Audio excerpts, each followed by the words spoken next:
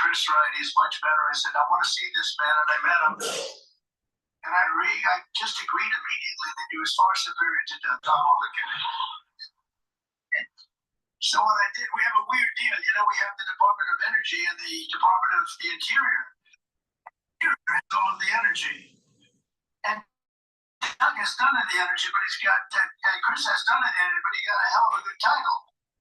But we want the guy with the energy to be able to drill. So we sort of merged them and their friends and everything else. And they've got a thing going on. I think it's going to set records before. The energy, we have the man that drills you. Hello, this is Dr. Paul Cottrell, and I'm doing a late night recording. It's the Asian session. We're going to just do a live stream with YouTube tonight, not with YouTube and Rumble. I will open up the X Spaces for anyone that wants to listen or to do a call-in. I'll do that shortly here. Thank you for joining. I appreciate it. Please help support my work by making sure you subscribe to all my channels. I have 4 channels on YouTube: Brighteon, Bitchute, and Rumble. Please make sure you subscribe to all 7 channels. Extremely important. Trust me on this. Also follow me on X. I have 2 channels on X and 1 on GETTR. So follow me there to get notifications of certain things that I need to communicate with you when things happen. So while I get the X Spaces open, I'm going to go back to live now. I know he's going to be. Thanks a lot, Chris. If we can bring energy down, everything's coming down. You know, the eggs are coming down and the bacon's coming.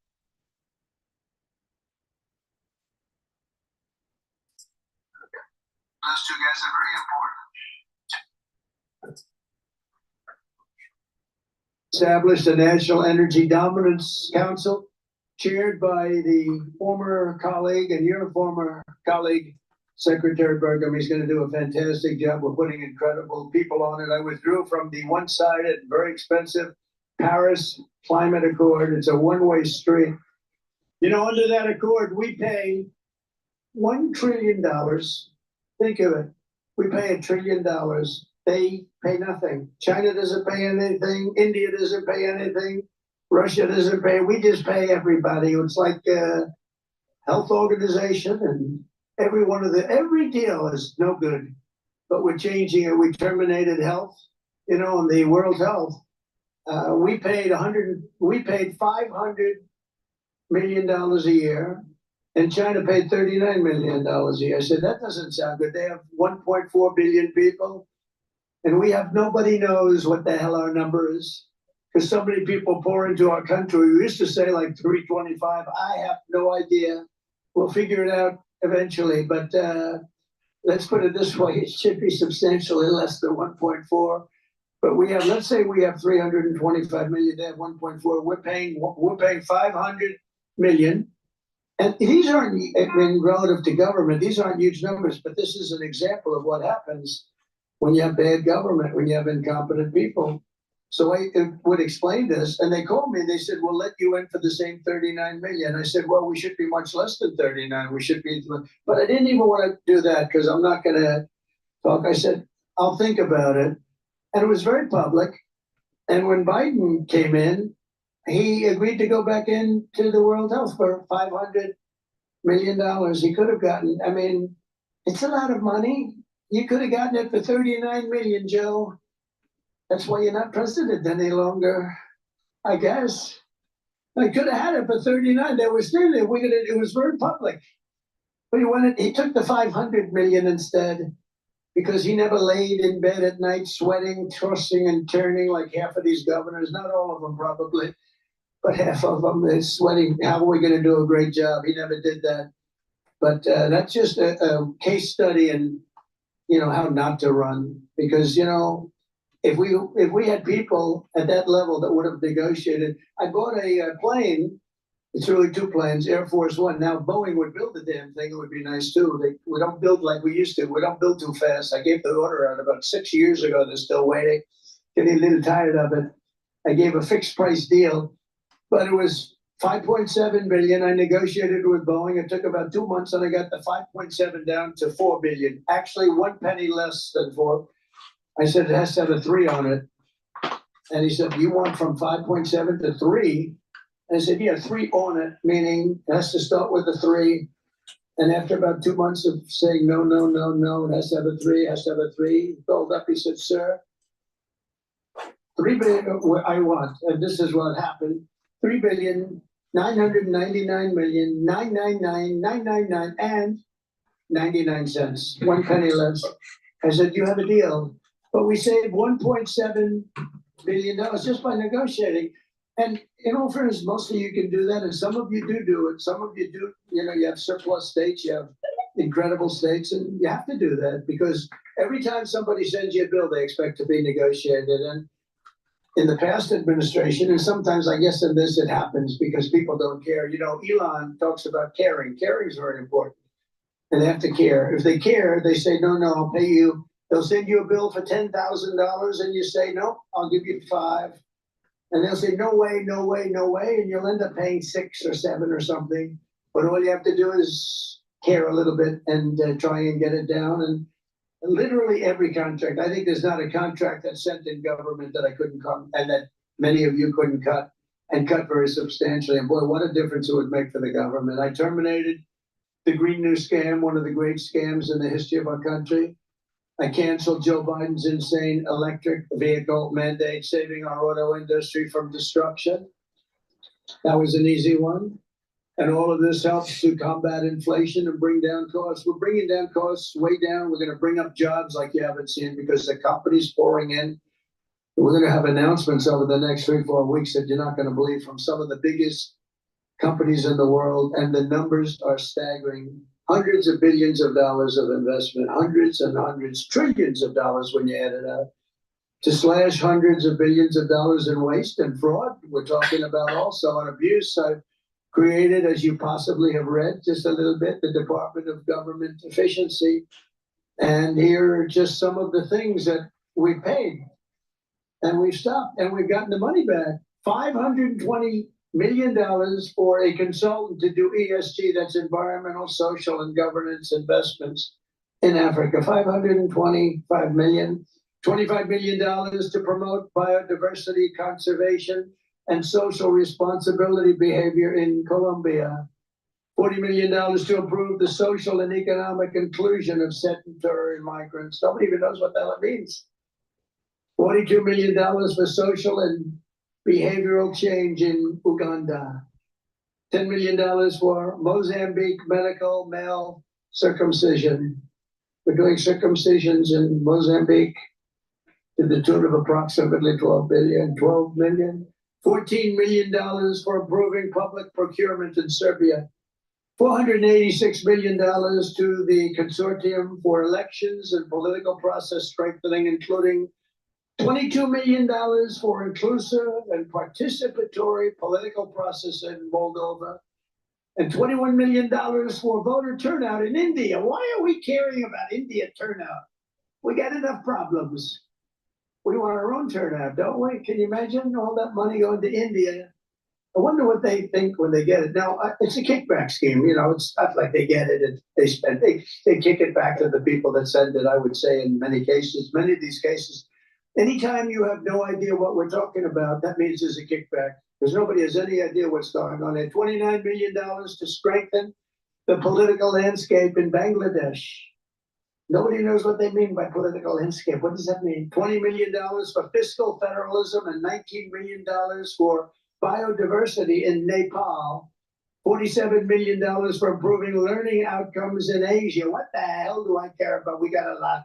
We got enough problems. And all of this is terminated. We terminated this stuff and we're on the track. And by the way, so many others I could read all night long, but so many were so terrible and some were actually disgusting. And I know you're eating your dinner, so I didn't want to do that. But we're draining the swamp.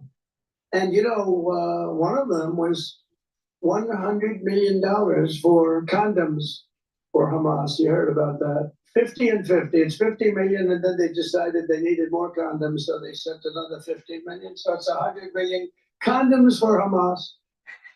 But now that's the good stuff. Here's even worse. Social Security.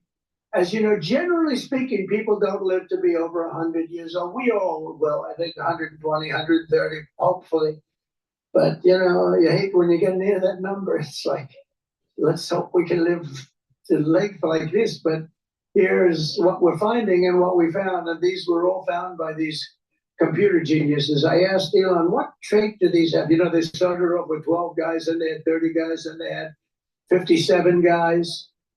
Now they have over 100 guys, and he attracts very young people with high IQs, you know. Some people attract very beautiful people. I think I like them better, actually. But he attracts young people that are brilliant, and they love the country, too. But I said, what trait do they really have? And the trait that they really have was that they're extraordinary with computers. They can take them. He said they make love to their computer. I said, I don't want to hear about that. Doesn't sound good. So they can take apart the most complex computer instruments and literally put them back blindfolded. So when they go into some guy that's ripping off the country by doing some of the things. Why did the feed drop? That's a mistake. It was a big mistake. And we're finding hundreds of billions of dollars worth of fraud, waste and abuse, but I think fraud will be the number one as we see. But listen to this on the program. There are 4.7 million Social Security members who go and live from 100 to 109. Well, I'll tell you, I know some people that are close to 100. I know one or two that got over that mark. But you don't have millions. 3.6 million people from age 110 to age 119. 3.47 million people from age 120 to 129. In other words, 120 to 129 years old. Millions of people, millions. 3.9 million people from age 130 to 139, which is pretty amazing because the longest living person ever on record, and they're not sure it was correct, was a woman from a very far away place, lived to 127 years old. She was a healthy specimen, but she lived to 127. 3.5 million people from age 140 to 149. So we have 140-year-old people plus millions of them. 1.3 million people live to over 150 years of age, 150 to 159 to be exact. Over 130,000 people over the age of 160 years old, including 1,039 people between the ages of 220 to 229. And we're going to be investigating this fraud. Actually, we had one person who was 361 years old. And what we're doing now is we're finding how many of these people were paid. So we have millions of people, could be well over 100 million people in our Social Security rolls. So the good news is when we take them off, whether they were paid or not, it looks like our Social Security could be really solid. It could be a lot better than we thought, if you think about it. And I'm going to do something. I'm actually going on this one. You know, all my life I've heard about Fort Knox. That's where the gold is kept, right? I heard Fort Knox. Oh, but you know, we're getting a little bit shaky. We're getting the yips on this stuff. Like, I want to find out. So we're going to open up the doors. I'm going to see if we have gold there. We want to find out. Did anybody steal the gold in Fort Knox? It's a pretty amazing place, but I'm going to actually go. We're going to open the doors. We're going to inspect Fort Knox. We want to make sure that we actually have, you know, 400 tons of gold or whatever the hell it is. It's a lot of gold. I don't want to open it and the cupboards are bare.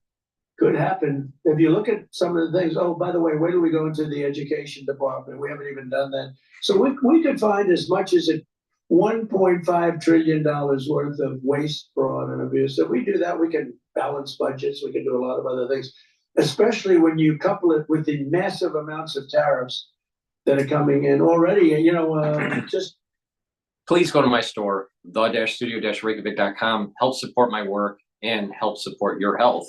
It's a win-win situation by getting the great products that I have. Please go to my store and get the lavender structural nano silver soap. I also have in new packaging the peppermint structural nano silver soap. And in the old packaging, I have the charcoal tea tree structural nano silver soap and the lemongrass version. Please go to my store, get a couple bars of this, help support my work and help support your health. Use discount 5 and you get $5 off. Also, please go to my store and get the toothpaste. This is a very high quality toothpaste.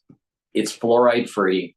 It has structural nano silver. It'll whiten your teeth, freshen your breath, reduce the inflammation in your gum line, and help with oral hygiene. When you have good oral hygiene, you're gonna help reduce the chances of valvular disease or vascular disease. Please go to my store, the-studio-reykjavik.com. Get a few tubes of this toothpaste for your household. It is the best toothpaste that you're going to be able to get. It's extremely high quality. Yes, it's more expensive, but there's a reason, because it is the best toothpaste that you can buy. So please get a few tubes of this toothpaste, help support my work and help support your health. Use discount 5 and you get $5 off any order.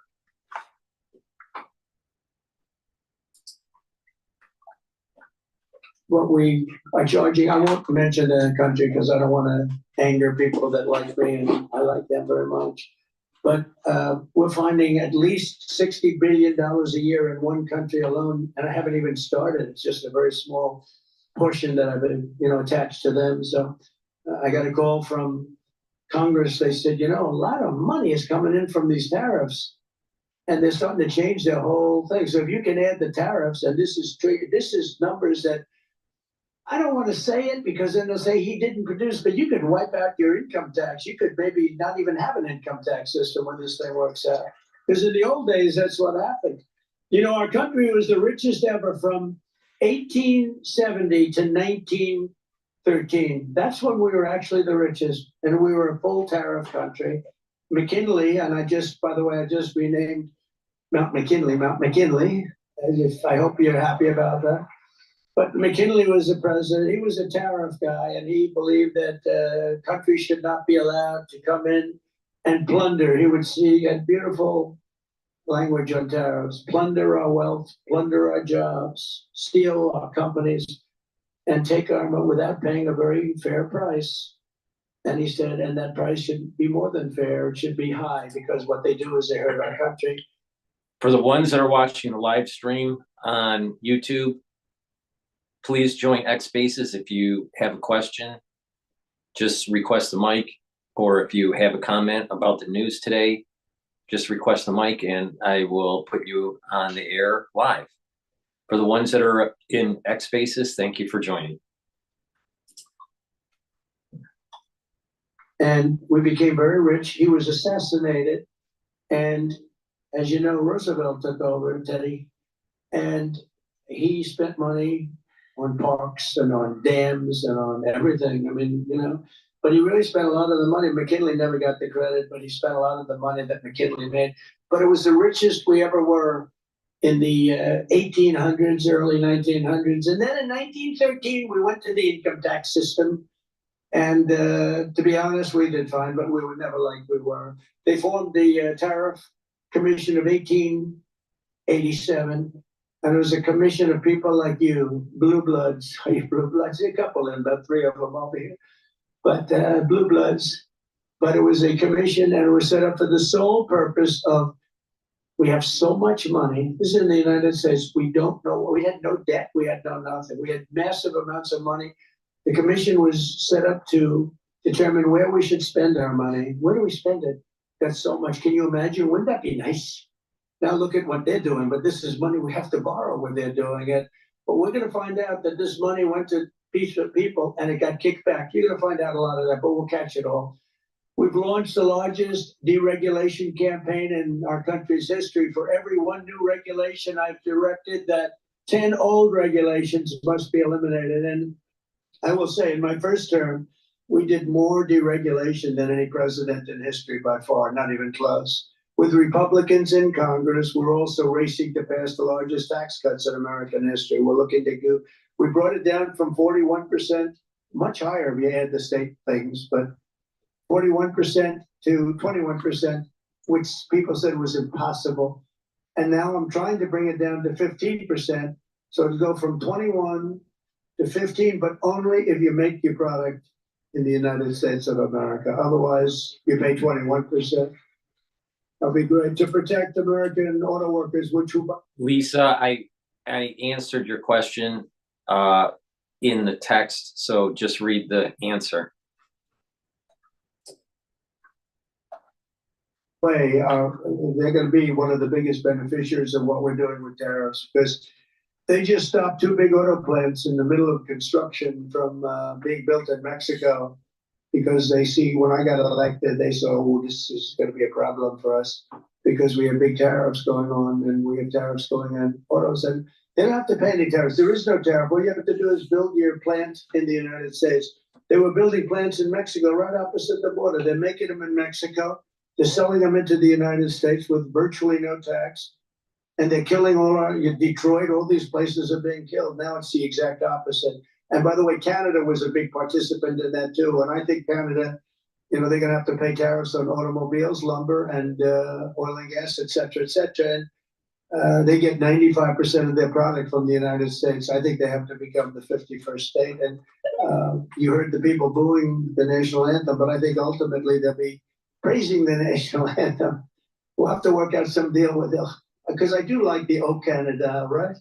It's a beautiful thing. I think we're going to have to keep it for the 51st state. I called him Governor Trudeau. I said, Governor Trudeau's doing a wonderful job. I think it's actually cost him his election, if you want to know the truth. But we're gonna see about that. We're looking at Greenland, and we have to take back the Panama Canal, because that wasn't the deal. We gave the Panama Canal to Panama. It was the most expensive thing ever built in our country. It'd be the equivalent of $2 trillion today. We spent massive amounts. We lost 38,000 lives from the mosquito and snakes. A lot of bad snake bites, but mostly the mosquitoes, the malaria. They killed. That was another bad policy from the Carter administration, giving that up. Please go to my store, the-studio-reykjavik.com, and get the structural nanosilver. You can get it in the tube form or in this dispenser form. Have it at home or at work. You never know when you need it. It's a dual purpose product. You can use it for skincare. You can use it for after shaving. If someone's sick around you, put it on your hands, around your eyes, around your ears, around your nose, around your mouth. Lightly coat your nostrils. It stays active for 5.5 hours. It's a dual purpose product. Please go to my store, the-studio-reykjavik.com. Use discount 5 on any order, and you get $5. You get $5 off. I have 2 great probiotics. One in a powdered form, another in a veggie cap form. Whichever way you want to take it, take these every day. Improve your gut biome. Your digestion will improve. Your immune system will improve. You're going to improve your mental clarity. Your sleep will improve. Not just that, there is evidence to suggest that a bad gut biome and certain microbes can cause early onset of dementia. So you want to have a healthy gut. Please go to my store, the-studio-reykjavik.com, and get these very high quality probiotics, either in the powdered form or in the veggie cap form. I prefer the powdered form because I mix it with all the different powders that I take for lunch. But it's really important to have a good gut biome. You'll also notice that your hair, your nails, and your skin will improve. And lastly, take this multivitamin. It's a very high quality multivitamin that's easy to digest. It's important to take a multivitamin because you get the minerals and the essential vitamins that you need for proper enzymatic activity. Your enzymes have docking areas where it uses cofactors to change its conformation so it can act as an enzyme and do its cellular processes at a higher efficiency. So it's very important to take a multivitamin every day. This should be part of your daily routine, but then you add stuff to it. All right. But please get a good multivitamin. The one I have on my store, the-studio-reykjavik.com, is easy to digest, and you get the multivitamins that you need that are essential for these enzymatic activities. All right. Then you add to it, and then you're boosting up your immune system and you're slowing down the aging process. You follow my protocol, you're going to get healthier.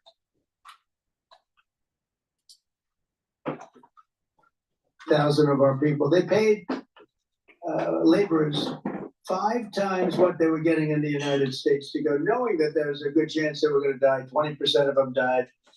And Jimmy Carter, may he rest in peace, the late great Jimmy Carter, gave it away for $1. It's also the most profitable thing ever built. You know, it's what you hear about casinos and you hear about all this stuff, they're peanuts compared to this. It's the most profitable thing ever built. There's never been anything. I mean, you have ships lined up. And by the way, when they gave it away like a bunch of dummies for $1. The day after they took over, they raised the price per ship by 4 times. That wasn't high enough. There was no problem. They raised it again twice. And they're getting almost $1 million a ship. And the product is water. It's Pacific and Atlantic where they meet, and one is about 18 feet higher than the other, which a lot of people don't know. Actually, it's one of the great marvels of the world. Well, we built it, and we're not going to let, because China has essentially taken it over. We're not going to let that happen. China knows it, and so does Panama. To protect American workers and bring billions of dollars into our treasury, we're in the process of imposing reciprocal tariffs on any nation that tries to cheat us or steal our jobs. So India, as an example, has very, very high tariffs. And I was going to impose a flat tariff, but that wouldn't really do the trick because some of the countries have really high tariffs. So it really works out much better. Nobody can even fight it. Whatever they charge us, we charge them. So if they're at 25%, we're at 25. If they're at 75, we're at 7. Whatever they charge us. And it was very interesting. The European Union, you know, we were at 2.5% for cars. European Union was much higher. They just reduced their tariffs on cars to 2.5 to be reciprocal with us. So that's just an early sign. But I think that's going to happen. And then some will want to fight us a little bit, but it doesn't matter. They're reciprocal. And even the press says, oh, I see. Well, they don't fight us. You know, if I put a flat tariff on like 25, 30%, even if it was lower than we would have gotten, if we put a flat tariff on, the press would have gone crazy. Well, that's terrible. Even if somebody was paying like 5 times more, charging us 5 times more. When you say reciprocal, I said it the other day to the failing New York Times. I said, listen, whatever they charge us, we charge them. They go, well, that sounds fair. It really does, doesn't it? So it's a reciprocal tariff, whatever they charge us. I've ended Joe Biden's weaponization of our government and removed his handpicked radical left Marxist prosecutors from the Department of Justice. We have a great Attorney General, Pam. I immediately halted all government censorship and brought back free speech in America. I signed an executive order to end all of the lawless diversity, equity, and inclusion policies across the entire federal government and private sector. Do you see how much it costs? One company said they're going out of that business and they're going to write off $229 million. How do you spend that much money to convince people that they should have transgender operations and various and sundry other things that we don't like to talk about? It's crazy the amount of money it was almost like just a mind blower what they were doing. It was terrible and all over. And by the way, our military is now free of that. Anybody that even tries it, they're gone. I signed really historic orders to get critical race theory and transgender ideology out of the schools and out of our military. It's all going out. It's no longer. And I heard men are still playing in Maine. Is anybody here from Maine? Who is that? Is that the governor? That's, well, I hate to tell you this, but we're not going to give them any federal money. They are still saying we want men to play in women's sports, and I cannot believe that they're doing that.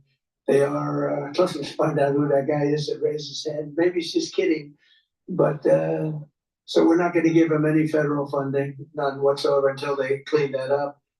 And the other one, we have a fight with one news organization, AP, a radical left organization, treats us all very badly.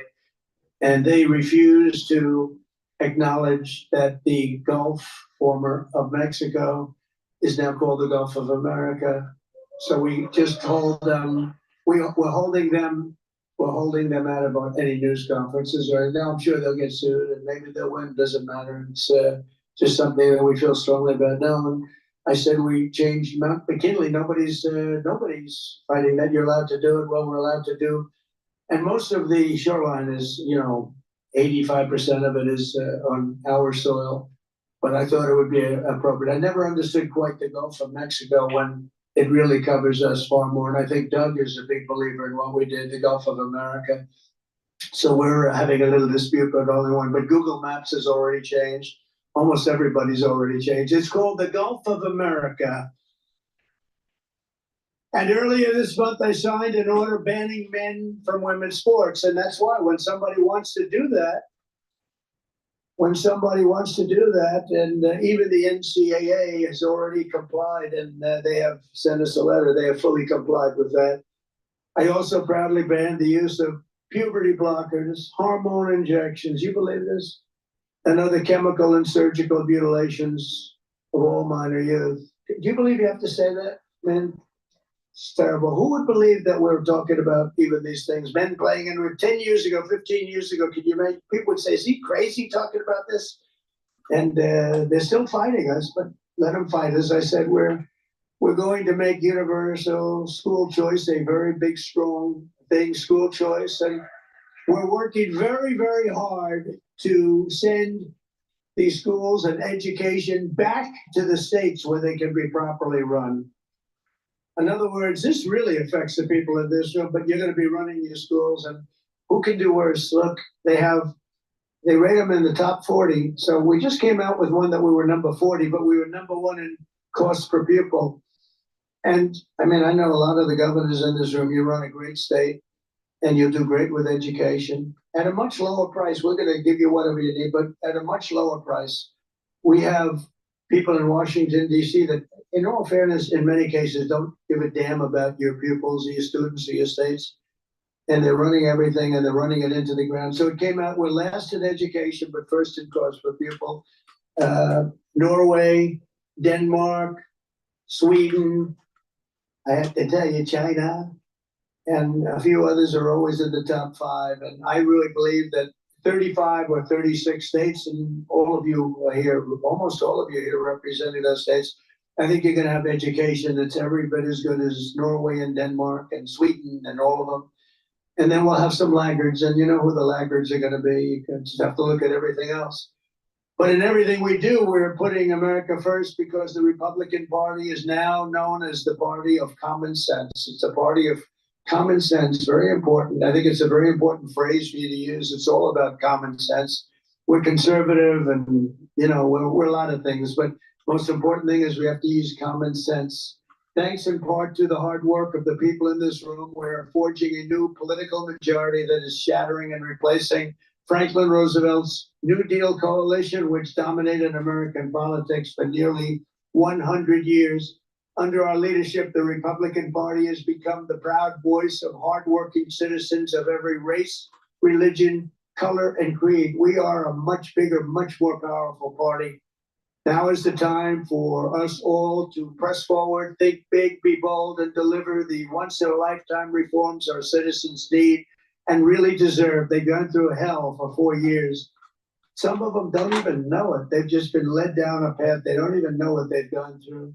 As one team, we can make our borders stronger, our communities safer, our schools better, our families happier, our citizens wealthier, and our country freer, freer, freer, and more exceptional than ever before. We will work together, and we will absolutely, without question, make America great again. God bless you all, and do a great job, and Go home and watch the hockey game. It should be interesting. Thank you all very much. Thank you very much. Thank you. Thank you. Thank you, Brian. Thank you. Please go to my store, the-studio-reykjavik.com. Get the digestive enzyme complex. Reduce the load on your pancreas. When you get older, your pancreas doesn't perform as well. Taking the digestive enzyme complex will allow you to break up, digest carbohydrates, proteins, and lipids, and reduce that load on that pancreas. If you're an athlete, young or older, take the digestive enzyme complex to break up your pre or post-workout fueling. Please go to my store, the-studio-reykjavik.com. Get the B complex. The B complex helps to improve the health of your mitochondria. The first 4 vitamin Bs are to help to support the electron transport chain. That boosts up your ATP, so you'll have more energy. Vitamin B complex also helps with cellular metabolism. And when you get older, you need to protect your neurons. B12 protects neurons. So please go to my store, the-studio-reykjavik.com, use discount 5 on any order, and you get $5 off. Taking vitamin B complex, if you're 40 plus years of age, is very important. Omega-3 is a great way to improve your cardiovascular health. Omega-3 brings down LDL levels, increases HDL levels, so your total cholesterol is better. Plus, omega-3 prevents red blood cells from sticking too much. That means it's preventing over clotting. Also, omega-3 brings down systemic inflammation. So to improve your cardiovascular health, please take omega-3. Vitamin C, you should be taking every day. This vitamin C also has magnesium in it. Boost up your immune system. They'll also improve your skin. If you're not feeling well, take a double dose of it. Make sure you drink it with filtered water because it's water soluble. Calcium and zinc is another supplement that you should take. You should take that with the vitamin C and magnesium to really boost up that immune system. Extremely important. If you're not feeling well, take a 1 dose in the morning, take another dose in the evening. And then once you start feeling better, because of the cold season, then go back to your maintenance dose of just, 1 dose a day. Drink it with filtered water because it's water soluble. But it's very important to boost up your immune system. All right. Now, I want to pivot to the Asian financial news on CNBC. In trade, even though the earnings came out at the midday and it went up 2%. So we're making back some of those losses of 2.5% and renewable profits of $693 million. That is up over 100% year over year for the third quarter. It's fiscal Q3. So we're looking at Lenovo shares here at 12.10 last traded. A very strong showing in the Hong Kong market. Let's see how it's translating over in China. Let's get back to Stan. We're seeing the Baba effect on the mainland this morning. If you look at big data index, it's up 2%. Computer index for the cloud up 2%. AI up 1.2%. So it is a nice day for some of the tech plays over in China as we very much feel the spillover effect from what we've heard out of Alibaba. No doubt investors seem to be piling into this space and continuing to do so off the back of the nice run-up we had already seen off the back of the DeepSeek breakthrough and, of course, President Xi Jinping's symposium earlier this week. This just seems to be more emphasis and more reason to continue to see more upside, certainly for this sector. So that is why we are seeing perhaps the tech-heavy Shenzhen comp up 0.3% and the Nasdaq-style Chinex up 0.5% this morning.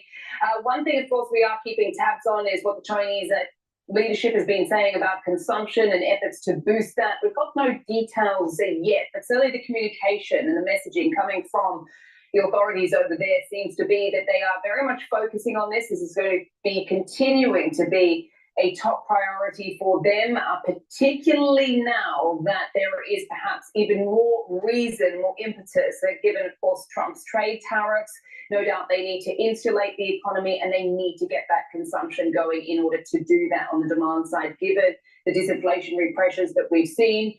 So we have got Chinese currency firming up again this morning, 725. This had been largely the strength that we've seen in the back end of in the last session yesterday, fueled by some of the dangling of hopes of a possible trade deal with the US. But we are, of course, waiting to see if there will indeed be a meeting between the presidents and whether they can hammer out a deal. Let's bring in Wokok Hoi, who is the CIO of APS Asset Management, joining us around the desk here at the SGX this morning. Very good morning to you. Good morning. Let's start with Alibaba. Sure. What do you think? I mean, some really positive headlines have already been driving the share price higher since the Chinese Lunar New Year. No doubt this is further confirmation of that. Can it continue that? Firstly, Alibaba has invested tens of billions of dollars in the cloud, but it's not made a profit. But with the success of DeepSeek's R1 model, I think from this year onwards, not just Alibaba's cloud, but many other cloud companies will start to make profits. So if Alibaba can indeed make good ROI on their investment in cloud, then maybe there's still some upside for the company. Yeah. What do you think of some of the signals that we've been getting this week from the Chinese leadership? I mean, President Xi holding a symposium with the private sector. I mean, no doubt the handshake with Jack Ma was symbolic of the fact that Alibaba has managed to transform itself from an e-commerce giant to an AI darling. And maybe that was sort of the bookend to that. But what about all the other language and communication we've heard about wanting to boost consumption, wanting to break down barriers for more foreign direct investment as well? That has been said and done so many times the last maybe 6 months. Yes. I think that will continue because the Chinese economy is still sluggish. There needs higher consumption and other contributions from other areas. So Xi Jinping's President Xi's symposium with the entrepreneurs of China, I think there are two signals that he's trying to send to business people and investors. One is that the party and the government are not anti-capitalism, not anti-business, not anti-tycoons, including Jack Ma and so on. The other signal is probably a little more subtle. Is that his handshake with Liang Wenfeng was the longest, which then suggests to me that he wants, the tech companies to be more innovative and therefore make larger contributions to China's economic growth from here. Time now? You think to bring back the anti-IPO, you think that would be the third signal to the market that he means business, anti-IPO, coming back? I think this is one of the many things that I think the government will do to bring back confidence. Because for a long time, there is this nagging suspicion that President Xi is trying to steer China back to the old Maoism days or Marxism, this time without the Chinese characteristics, right? Which is, I think, frightened a lot of business people. I suppose it's the subtleties, to your point about the handshakes that speak the loudest with regards to, reading into some of that body language. But what do you make of this whole boosting consumption drive? Because as you say, you could see that headline 6 months ago, 1 year ago, even 2 years ago, arguably. But what is different this time? I mean, do you really believe that they could have something up their sleeve sort of more meaningful than just a sort of trade-in consumption? See, there's only so much they can do with this trade-in program to boost consumption, right? You can't do it forever. So the government hopes that with this program, consumption will improve and therefore will benefit some industries like household, appliance manufacturers, handset manufacturers, and so on. But I think probably the most significant event in the last few months is the emergence of DeepSeek. I think it will. More like last few weeks. A month. Yeah, absolutely. Just a month. The mood in China has changed from one of almost despair and hopelessness to now hope and optimism. It's very psychological, isn't it, for the Chinese markets? But we were just speaking to an investor who sits in North America who seems to be convinced of what is going on here. And there's some say it is different this time around, but others are a bit on the fence. They're still not buying the whole stimulus thing, and they're also still worried about the disinflationary pressures and the deep structural issues that China has to sort out. I think some of the issues are real, like for instance, the real estate meltdown, right? But it will not last forever, in my view. And to your point, actually, we had a guest in here yesterday who actually said GDP sans real estate still looks okay. Because the sector has shrunk the last 3 years. So as the percentage of GDP is much smaller than it was 2 years ago. But from 2026 onwards, the output from the high-tech sectors. I want to go to live now. They're talking about the IDF saying that the body return isn't the mother.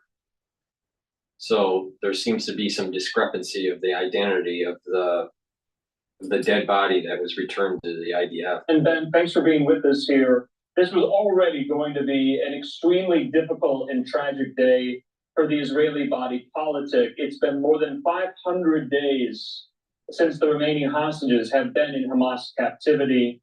And I was speaking with experts like yourself earlier in this week. The Bibas family was still holding out hope, even early on in the week, that these two young children and the mother, that they were still alive. We now know that is not the case, but a wrinkle in this whole saga is that Shira Bibas is not in now Israeli hands. Where is she? Is this a violation of the ceasefire deal? It's absolutely a violation of the ceasefire deal. It is, as the Israelis say, a very serious one. I would add that it is absolutely grotesque as well. They have clearly sent back an anonymous body, a body that can't be identified. Now, what that says to me is that is two things. Firstly, that Hamas lied about what happened to this family. They claimed that the Bibas family were killed in an Israeli airstrike. What the forensic exam at the Abu Kabir Center in Israel has revealed, to quote them, these two children, these two small, beautiful children, were brutally murdered by their captors. And now they've returned, those bodies have been returned, but nobody knows where their mother is. And that suggests as well that the two boys were separated from their mother at some point. And they may have died, all of them died in brutal, horrible circumstances separately. So this is going to be taken extremely seriously in Israel. So that leads me to the next question. I mean, what is Israel going to do now? I mean, are they considering options to halt the ceasefire deal? Because remember, 6 living hostages will be released on Saturday. I mean, they wouldn't do it before then. I mean, this is a true moral quandary, is it not? It's a huge moral quandary, Andrew, and I think you're right. I think the main leverage that Hamas has in this situation are these hostages. As long as they hold hostages, they have leverage. Once there are no more hostages, then there's nothing really to stop Israel from going and pursuing its goal of eliminating this group. And I think these macabre games that they're playing, as we saw today with the twist around Shiri Bibas's fate, this is partly a tactic for them to drag out this situation and prevent a major renewed Israeli offensive.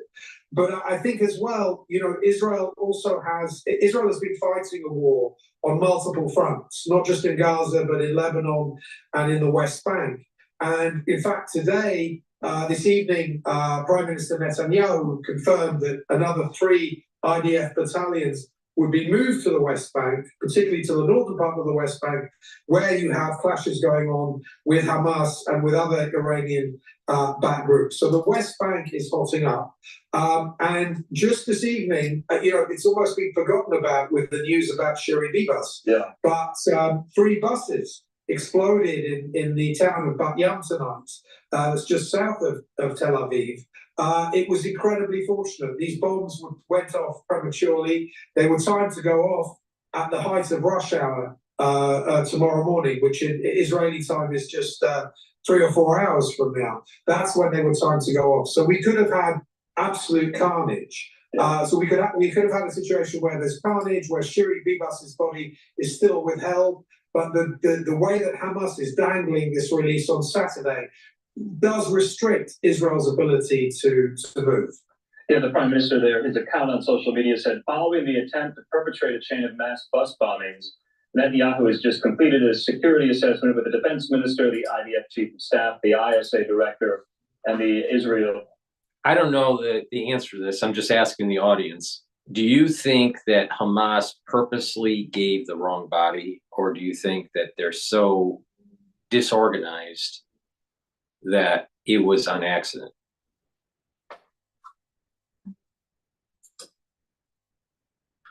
No injuries or fatalities in these bus bombings, but to your point, it did look like the bombs were placed before the buses went on their own routes tomorrow morning. It looks like this is some type of bus depot or bus garage, and you can see kind of the hollowed out shell of what's left of the buses after these explosions here. Right. Do we know at all who may have committed these bombings today? I mean, was it Hamas? I haven't seen anyone claim responsibility or some type of insurgency there in Tel Aviv. Do we know? I'm not aware of any of these groups formally claiming responsibility yet. But if you look at what is going on in the West Bank right now, Hamas is directing a lot of this armed activity, to some extent Palestinian Islamic Jihad, which is an allied group as well. And the nature of these devices were IEDs. They were explosive devices with timers, and they are quite similar to devices that Palestinian terrorist groups have used before. I think also there was a degree of planning here, which suggests that this was an established group carrying out this attempted atrocity and not some improvised freelancer. So, Chris, I see your text message, and maybe you're right. Do you think that the bombings are associated with the failure of giving the correct dead body to the IDF? Or do you think it's just totally unrelated? It can be located in the next 24 hours. Much of it will depend on how much effort Hamas is prepared to make to find out what happened here. And that's assuming that this was, an honest mistake rather than something deliberate, which is a hell of an assumption to make. So I think any talk about phase 2, I would confidently write that off, were it not for the fact that there are still 69 hostages there in Gaza, 33 of whom are still alive. Yeah. It's been a national imperative in Israel for nearly a year and a half to get them out. So I think that is going to be one of the key filters that Israel uses in trying to figure out what its next steps are here. Yeah, I think moral clarity is important in a conflict like this. And so I'm just going to say it. What Hamas did today was essentially hand Israel over an anonymous corpse.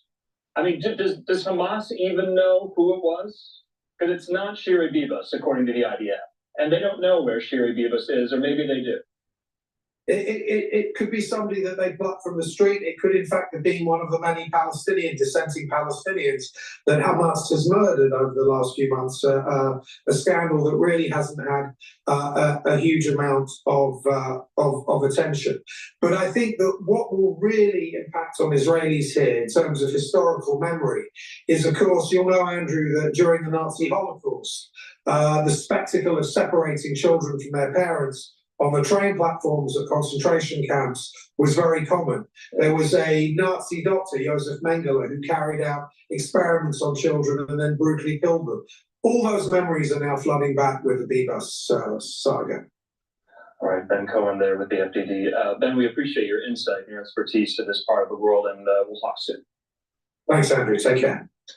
All right, in the meantime here, we do want to keep it moving with more of these top headlines, but that was a really kind of punch in the gut update to bring all of you who have followed the war between Israel and Hamas so closely. Alongside us here at Live Now from Fox for now, I believe, 503 days, and we'll continue to do it. We'll see you in 2 minutes.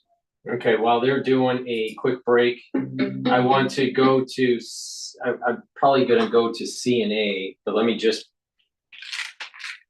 promote 2 products here. Please go to my store, the-studio-reykjavik.com, and get the Good Night Formula. This is a great way to get regular, deep sleep. When you go to sleep, there's cycles of sleep. You got to get REM sleep and deep sleep. If you get 3 cycles of REM sleep and deep sleep at night, you're well rested in the morning, you're detoxifying your body, and you're consolidating memory. Chronic sleep deprivation can lead to early onset of dementia. So please go to my store, take the Good Night Formula every night. This has melatonin, tryptophan, GABA,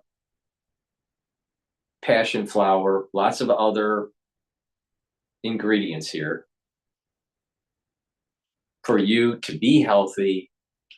One of the protocols, one of the holistic protocols here for slowing down the aging process and to boost up your immune system is proper sleep.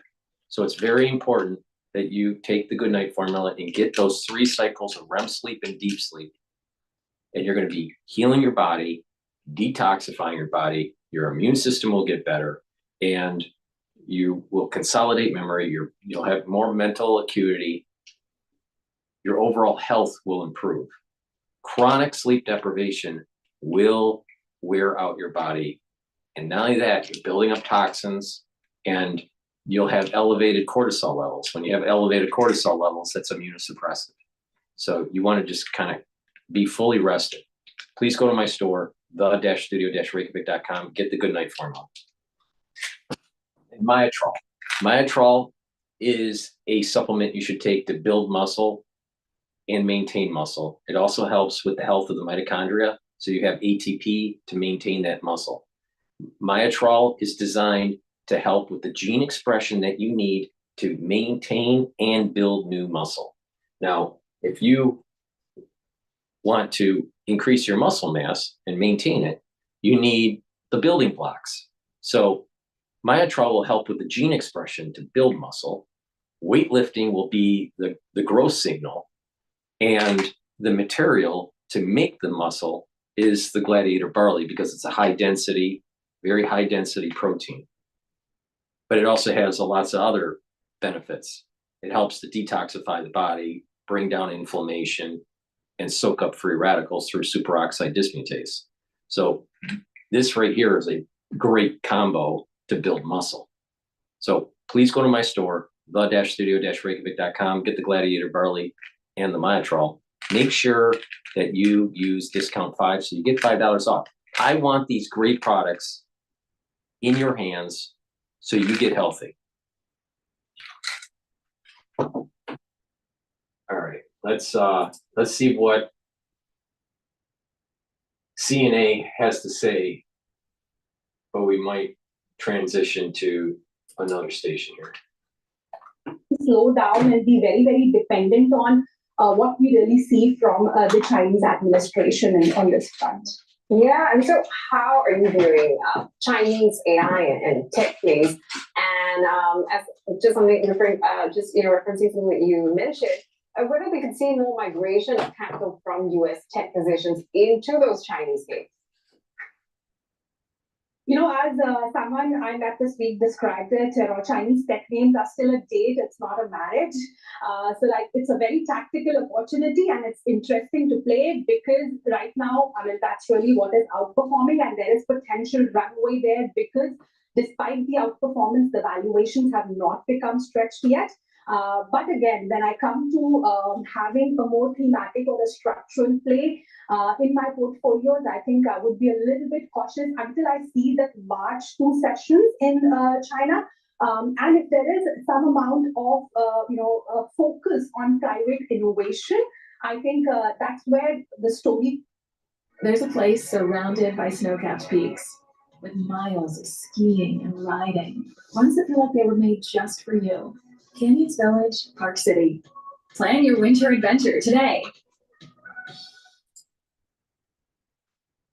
Trying to really get structurally more positive here. Okay, I'm going to see what shift side back I get to from live it. now. Looks like they're talking to some Transportation Secretary Sean Duffy in California today. He held a press conference at Los Angeles' Union Station regarding California's long-delayed and slow-moving high-speed rail project, which President Trump has criticized as, quote, the worst managed project he's ever seen. Well, our colleague, Fox Business correspondent Brady Trimble, caught up with Secretary Duffy on the sidelines of that press conference. We want to show you that. For the ones that are on X Spaces,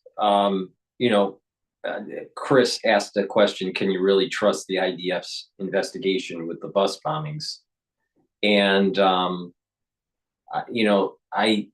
not sure. We have to be open-minded. Is this kind of like some sort of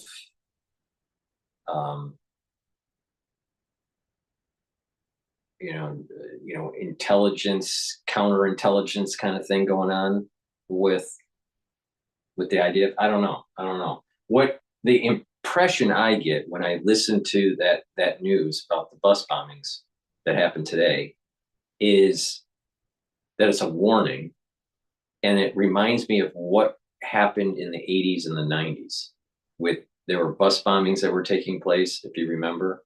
If you're, for the ones that are watching, if you're old enough, you'll remember there were these bus bombings and also cafe bombings in Europe and in the Middle East to create terror. I believe the perpetrators were tied to the PLO. I'm not sure about that, but I think most of them were tied to the PLO. But that was my first reaction, was it kind of reminded me of the 80s and the 90s. All right, let's go to the secretary here. Will spend the taxpayer money the most efficiently, and it appears that this project doesn't actually do that. Switching gears to the aviation side, what's your response to Democrats who are giving you a hard time for letting Elon Musk into the FAA and for laying off those probationary employees? Yeah, so what I've done is, for the FAA, I want to make sure that we have some of the brightest minds in the country come and look at the systems that the FAA uses to make sure we upgrade to the right technology and upgrade at the right speed. So SpaceX, of course we're going to have SpaceX engineers come and look at the FAA. They're, launching rockets into space. They're catching rockets. A Tesla's been launched into space.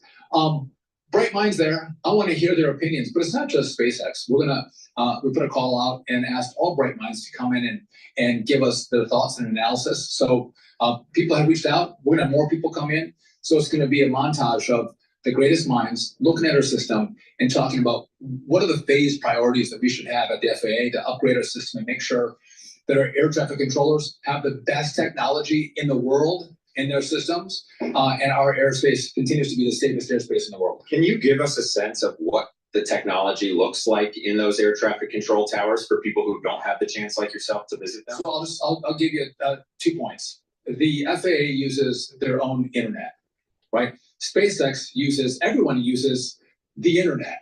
They have their own internet and it doesn't work. It'll go out. So their screens might go down, or their communications might go down. So we have to upgrade their system so they can actually use the internet that everyone uses. I heard you say they're using floppy disks. Is that true? And they're using floppy disks. Start over.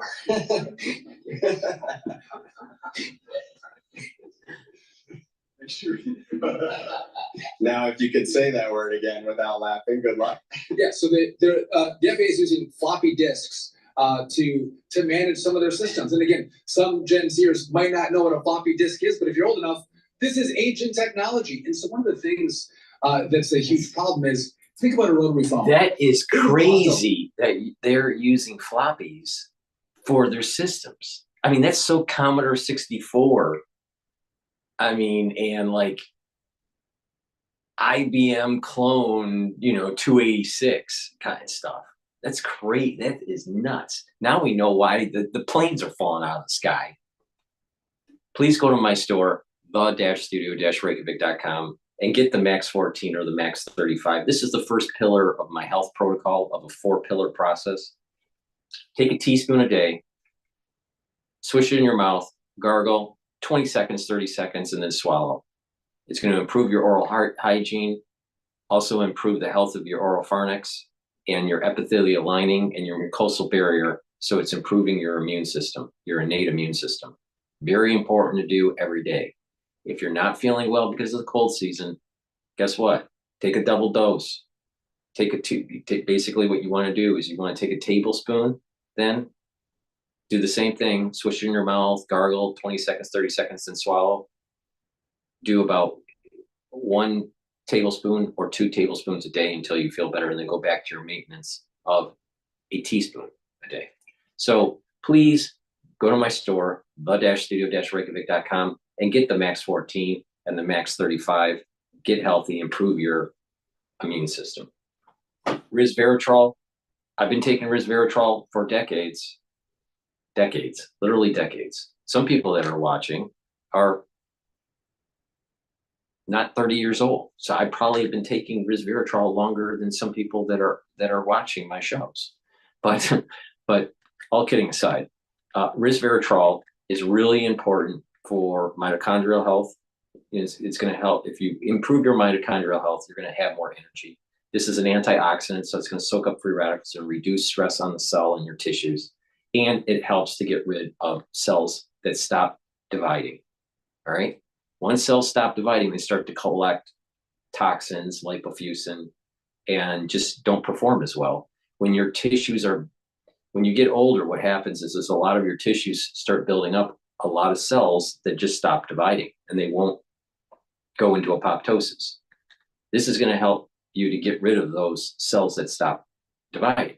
And in tissues that can regenerate, that have adult stem cells, there will be a signal to repopulate that tissue with newer cells from the adult stem cells. So your tissues and your cells will perform better because they're technically younger, because they have longer telomere lengths. So please go to my store, the-studio-reykjavik.com, and get the resveratrol. Resveratrol works much better. The efficacy is much higher when you stack it with a supplement like C60, NAD+, or ubiquinol.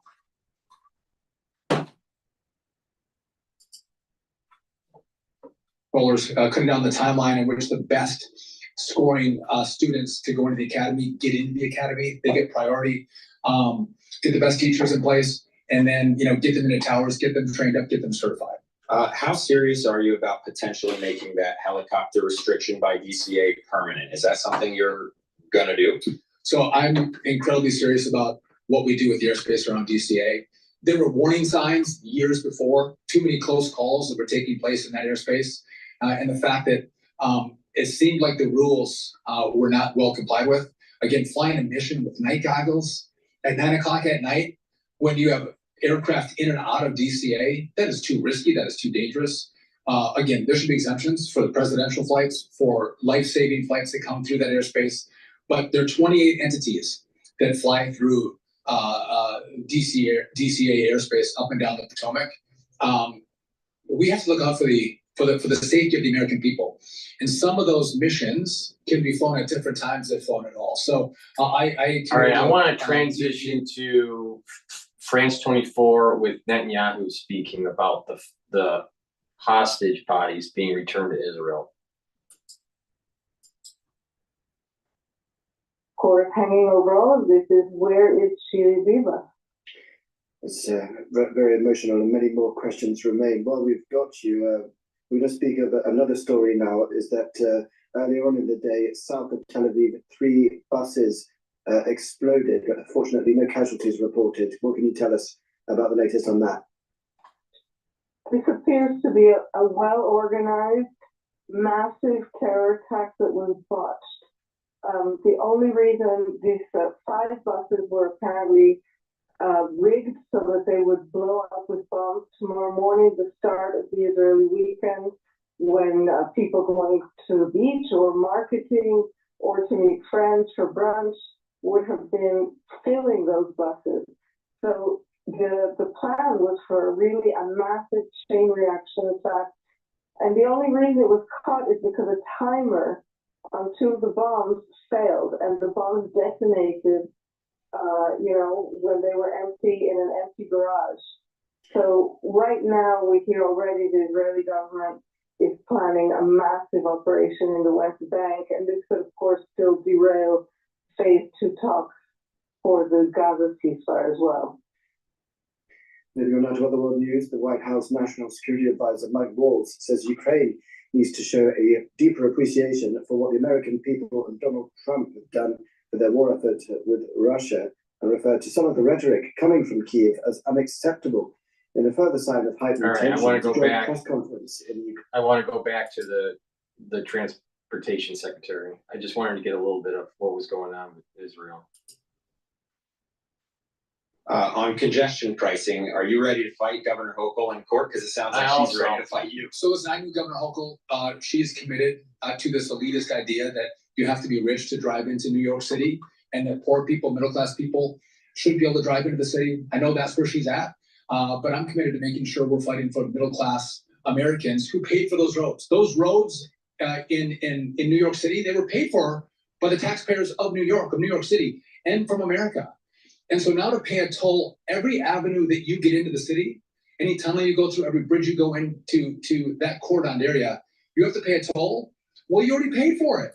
Now it's not just the construction of the roads using state funds or maybe even federal funds. All right. But the thing is it's interstate commerce, because people are coming from New Jersey or Connecticut, or even, people that are upstate New York.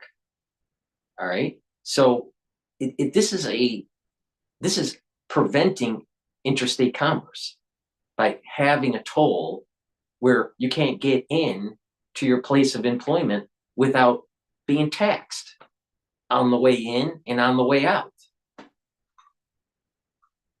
I think it's totally illegal. If this was about congestion, that study would have been done. Maybe instead of $9 each way, it would have been 5 or 4 or 6. And how much congestion comes down with that? She never did that analysis, because this is only a way through a toll to tax New Yorkers in New Jersey and Connecticut, whoever comes in the city, to tax them so she could fund her public transit authority. So exactly. I think and she's going to try to institutionalize it. Once people accept it, then the rate just keeps on going up and up and up and up and up and up. You got to kill it in the crib. Rosemary's Baby, man. Ride a dangerous train that she created. It didn't have to be that way. And again, unacceptable. Donald Trump said, fix this. And so we're girded for battle. We'll go to court. We're going to fight for the American people to not have to pay a toll on the roads that they already paid for. Okay, so Secretary of Transportation there, Sean, speaking with our colleague at Fox Business, Grady Trimble, about a whole host of topics. They ended there on congestion pricing. Remember, New York Governor Kathy Hochul in a press conference yesterday, we showed it to you live, coming out very strong, saying that they will fight this in court, tooth and nail, about the Trump administration and his Department of Transportation putting the kibosh on congestion pricing for now. In the meantime, here we're in a new hour. I'm Andrew Pratt. Thanks so much for being with us on this very busy Thursday night. We do have just a few more reports that we want to bring to you, and they are business related, economics related, Doge related as well. Our colleague Fox's Connor Hansen has a look at this new idea put forth by Elon Musk and the president about maybe some of the Doge savings going to the American taxpayer. Here's a look at that idea. The new Department of Government Efficiency, or DOGE, claims to have already made $55 billion worth of cuts. The Trump administration plans to use recovered funds to pay down the national debt or return it to the federal budget. But some have suggested a bonus for taxpayers, an idea the president says he's open to. Could be a lot. I mean, if it's 20%, we give back a lot of money to the taxpayer. And also would give an incentive for the taxpayer to go out and report things to us where we can save money. The White House says the details could come out when Congress comes up with its spending bill. The president has great confidence in both chambers to deliver on his priorities. But critics say giving out checks will only add to inflation and urge DOGE to stay focused on its goal of reducing the deficit. The whole purpose of getting to a balanced budget and hopefully even to a surplus, let's lower the federal income tax level. A one-time $5,000 dividend check is good one time. The director of the National Economic Council defended the idea. And so if we reduce government spending, then that's, reduces inflation. And if you give people money, then they're going to save a bunch of it. And when they save it, that also reduces demand, reduces inflation. There have now been layoffs or plans to lay off federal employees at about 10 different agencies, and DOGE has shown no sign of slowing down its cuts. In New York, Connor Hansen, Fox News. Connor, thanks so much. Remember, the DOGE goal is to try to find between $1 trillion and $1.5 trillion in cuts within the federal government. So I know we're 1 month into Trump 2.0. He was sworn in 30 days ago, but it seems like they do have quite a ways to go. In the meantime, we do have a few more kind of corporate headlines. Walmart there warning about slowing sales growth. Fox Business correspondent Lauren Simonetti with more. For the first time in 3 years, Walmart is predicting its earnings will decline this year. Shoppers have been pulling back on more expensive purchases as they budget for higher priced groceries. The retail giant is predicting sales up 3 to 4% this year, while Wall Street analysts had forecast 4.6% growth. Walmart's holiday quarter sales did top forecasts, and Chief Executive Doug McMillon says it's gaining market share, its top line is healthy, and it's in great shape with inventory. But management says they're not sure if President Trump's tariffs will take effect next month, so they did not factor that into their guidance, but are ready for tariffs nonetheless. Listen. As we've been saying, tariffs are something we've managed for many years, and we'll just continue to manage that. We've got a great team. We know how to do that. We can't predict what will happen in the future, but we can manage it really well. And we're wired to try and save people money. Remember, Walmart's biggest business is groceries. Much of that is produced in the United States, offering some insulation from higher tariffs, but they are not immune. The decline's rattling some investors. For the first time ever, Walmart's $180.6 billion in quarterly revenue was lower than Amazon's. That's raising concern if Walmart can continue to keep its prices low. Recent data shows consumer sentiment falling to a 7-month low as consumer prices rise the most in 2.5 years and households begin taking on more debt to get by. Still, Walmart stock has been on a tear. Shares are up 15% this year and 80% in the past year. In New York, Lauren Simonetti, Fox Business. Lauren, thanks so much. So hope you found a few of those reports informative. We always like to cover business-related headlines here on Live Now, though we do want to take our first commercial break of this hour. When we come back, we'll be diving into the complexities of the Russia-Ukraine. Please go to my store, the-studio-reykjavik.com. I want to talk about that third pillar. All right. The first two pillars are the Max 35 or the Max 14 to boost up your immune system. The second pillar is C60 to soak up free radicals. That third pillar is to bring down inflammation. The fourth pillar, boost up your energy levels and your metabolism with Boomer Boost.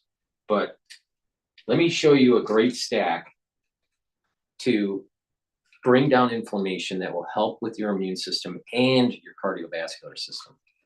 Turmeric is an antioxidant. It's going to soak up free radicals, but it also brings down pro-inflammatory cytokines and calms down chronic inflammation. It's also great if you have sore muscles or you're just not feeling well and you're bringing down that inflammatory response. Ashwagandha root helps to control cortisol levels and blood glucose levels. It's a great way to help with people that are like borderline diabetic or diabetic, and you want to bring down those glucose levels. But chronic levels of cortisol is really bad for your immune system, and it creates this inflammatory response. And not only that, you age faster with elevated cortisol levels. This is part of the reason why, if you are not sleeping well, your cortisol levels are higher and you age faster. So you want to bring down those cortisol levels to help your immune system, and you'll slow down the aging process. But you'll also, with ashwagandha root, help to control your blood glucose levels. Extremely important when you get older. Remember what I said about your pancreas. When you get older, your pancreas doesn't work as well. Well, your pancreas makes insulin, and insulin takes that glucose level that's in your blood and puts it into cells. So it's very important to take ashwagandha root with the turmeric to bring down that inflammatory response. And lignans, this is a powder. You mix it with soft foods like hummus or yogurt, applesauce, whatever. Or you can put it in a smoothie or just mix it with filtered water. It's up to you. I put it in a soft food like hummus. You get a little scooper here, take 1 scoop a day. It's very powerful. And lignans, they'll bring down inflammation and soak up free radicals. It's a very powerful stack to improve your cardiovascular health and your immune system by taking the lignans, the ashwagandha root, and the turmeric together. All right. Now, why does it help the cardiovascular system? By bringing down inflammation, you're reducing the signal to develop plaque. The first part of plaque buildup is inflammation that does damage to the intima of your blood vessels. That's the first step. Well, if you bring down inflammation, you're reducing the chances of building up the plaque. So that's how this works. But also the antioxidant part of lignans and turmeric will help to soak up free radicals in your bloodstream to reduce the chances of oxidizing LDL. And LDL oxidized is what is the beginning part of the plaque. Plaque is oxidized LDL that's eaten up by a macrophage that turns into a foam cell and just sits there in a hardened state. And that's what we call plaque. But if you reduce the free radicals, you reduce the LDL, you reduce the inflammation, you're reducing cardiovascular disease. So please go to my store, the-studio-reykjavik.com. Get this combo, the stack. It's a great stack. Use discount 5 and you get $5 off. I want you to get healthy. I want your immune system to be as robust as possible. And I don't want you to die from cardiovascular disease. Get the stack, pay attention to what I do, and get healthy. It's in your power. All right. Let's go back to the live now here. Rebecca, thanks so much. We have a live picture there on the Senate floor. I just want to make you aware of something that Senator Michael Bennet of Colorado, the Democrat, is doing. He just got back from Ukraine in a congressional delegation. But he plans to call up an amendment tonight that says it's the sense of the Senate that Russia, not Ukraine, started the war. Obviously, that's a direct response to Trump saying this week that Ukraine started the war. Reporters are told the language will be as simple as possible in order to get Republican votes. So that's coming in from Andrew Desiderio there, reporter on Capitol Hill. In the meantime, let's bring into the conversation our friend and colleague, national security analyst and expert, and retired Marine intelligence officer Hal Kemper. He joins me. Hal, thanks for being with us here. I know you're traveling, but you have, I know, a lot of thoughts on some of the language that President Trump is using. What is going on here? Is it productive for talks to get to some type of settlement to end the war in Ukraine for this, I'm going to call it a fight, playing out so publicly between Trump and Zelensky? Well, Andrew, obviously it's everyone who's sitting back and watching this back and forth feels very uncomfortable. It's obviously a stark change with our relationship with Ukraine. You know, prior to the Trump administration coming into office. So that's caught everyone's attention. However, with that said, all right, there have been a number of sidebar conversations. Keith Kellogg has said a number of things that basically indicate that there is a strategy here. If I may just kind of stand back a little bit, it looks like trying to create some sort of comfort zone or space, maybe to engage the Russians more constructively into some sort of discussion, and that's why they're doing a lot of things. You know, I mean, obviously everyone's kind of scratching their heads on if you're trying to blame Zelensky for the invasion or something like that. It's a bit perplexing. But it is what Putin's talking points are. There is actually some work right now where they're trying to pull back language, condemnatory language of Russian aggression from the G7 pending G7 communique. If the joint communique that even comes out of the G7. And there was some discussion a while back. President Trump was reportedly had mentioned the fact that maybe there might be a G8, which would mean bringing Russia back into the fold of this thing. So it might be a strategy, negotiation strategy, to create a certain comfort zone for the Russians to more constructively engage. Now, what isn't quite clear is how strong the Russian pushback was initially. You know, President Trump campaigned on, you know, he was going to get the end of the war. You know, I believe he said the first day of office that he was going to make it happen. Well, that obviously hasn't occurred. And Putin was pushing back. So maybe this is to create a certain comfort zone for Putin and the Russians to engage more constructively. Obviously, it's causing phenomenal antagonism with Ukraine, and anyone in Congress, certainly that supports Ukraine, is feeling very uncomfortable with where this has gone. So we were just showing some of the video from earlier today there in Kyiv. That is General Keith Kellogg. He's Trump's special envoy on Russian and Ukrainian matters, talking with Zelensky, and apparently, according to Reuters, at the White House's request, according to Ukrainian leadership, this joint press conference that was going to take place between Zelensky and Kellogg was canceled last minute here. Was that a good idea due to some of the very public tensions going on right now? Do they need to calm the waters here and cool their jets, Hal? I think you actually called it. That's exactly what it is look, they know what's going to happen in a press conference. They're going to get hit with a bunch of very pointed questions. They're going to get hit with all the questions that are going to try and zero in on the you know, antagonism, if you will, or certainly the war of words between President Zelensky and President Trump. And they're going to put Keith Kellogg in a very difficult spot as President Trump's envoy there. So basically, I think they kind of sat back and said, look, let's just avoid that whole spectacle. What I had heard was, or what I've seen, is that it was a very constructive dialogue. In fact, President Zelensky came out and made remarks and said he felt much more comfortable with where the Trump administration was going after talking to Keith Kellogg. And that's not the first time I've heard that. That was the same thing when Keith Kellogg was in Europe. There was a lot of discussion where a number of our allies felt a little bit more reassured after talking to Keith Kellogg. You know, it's not unusual. You know, I've spent a lot of time overseas in uniform way back when.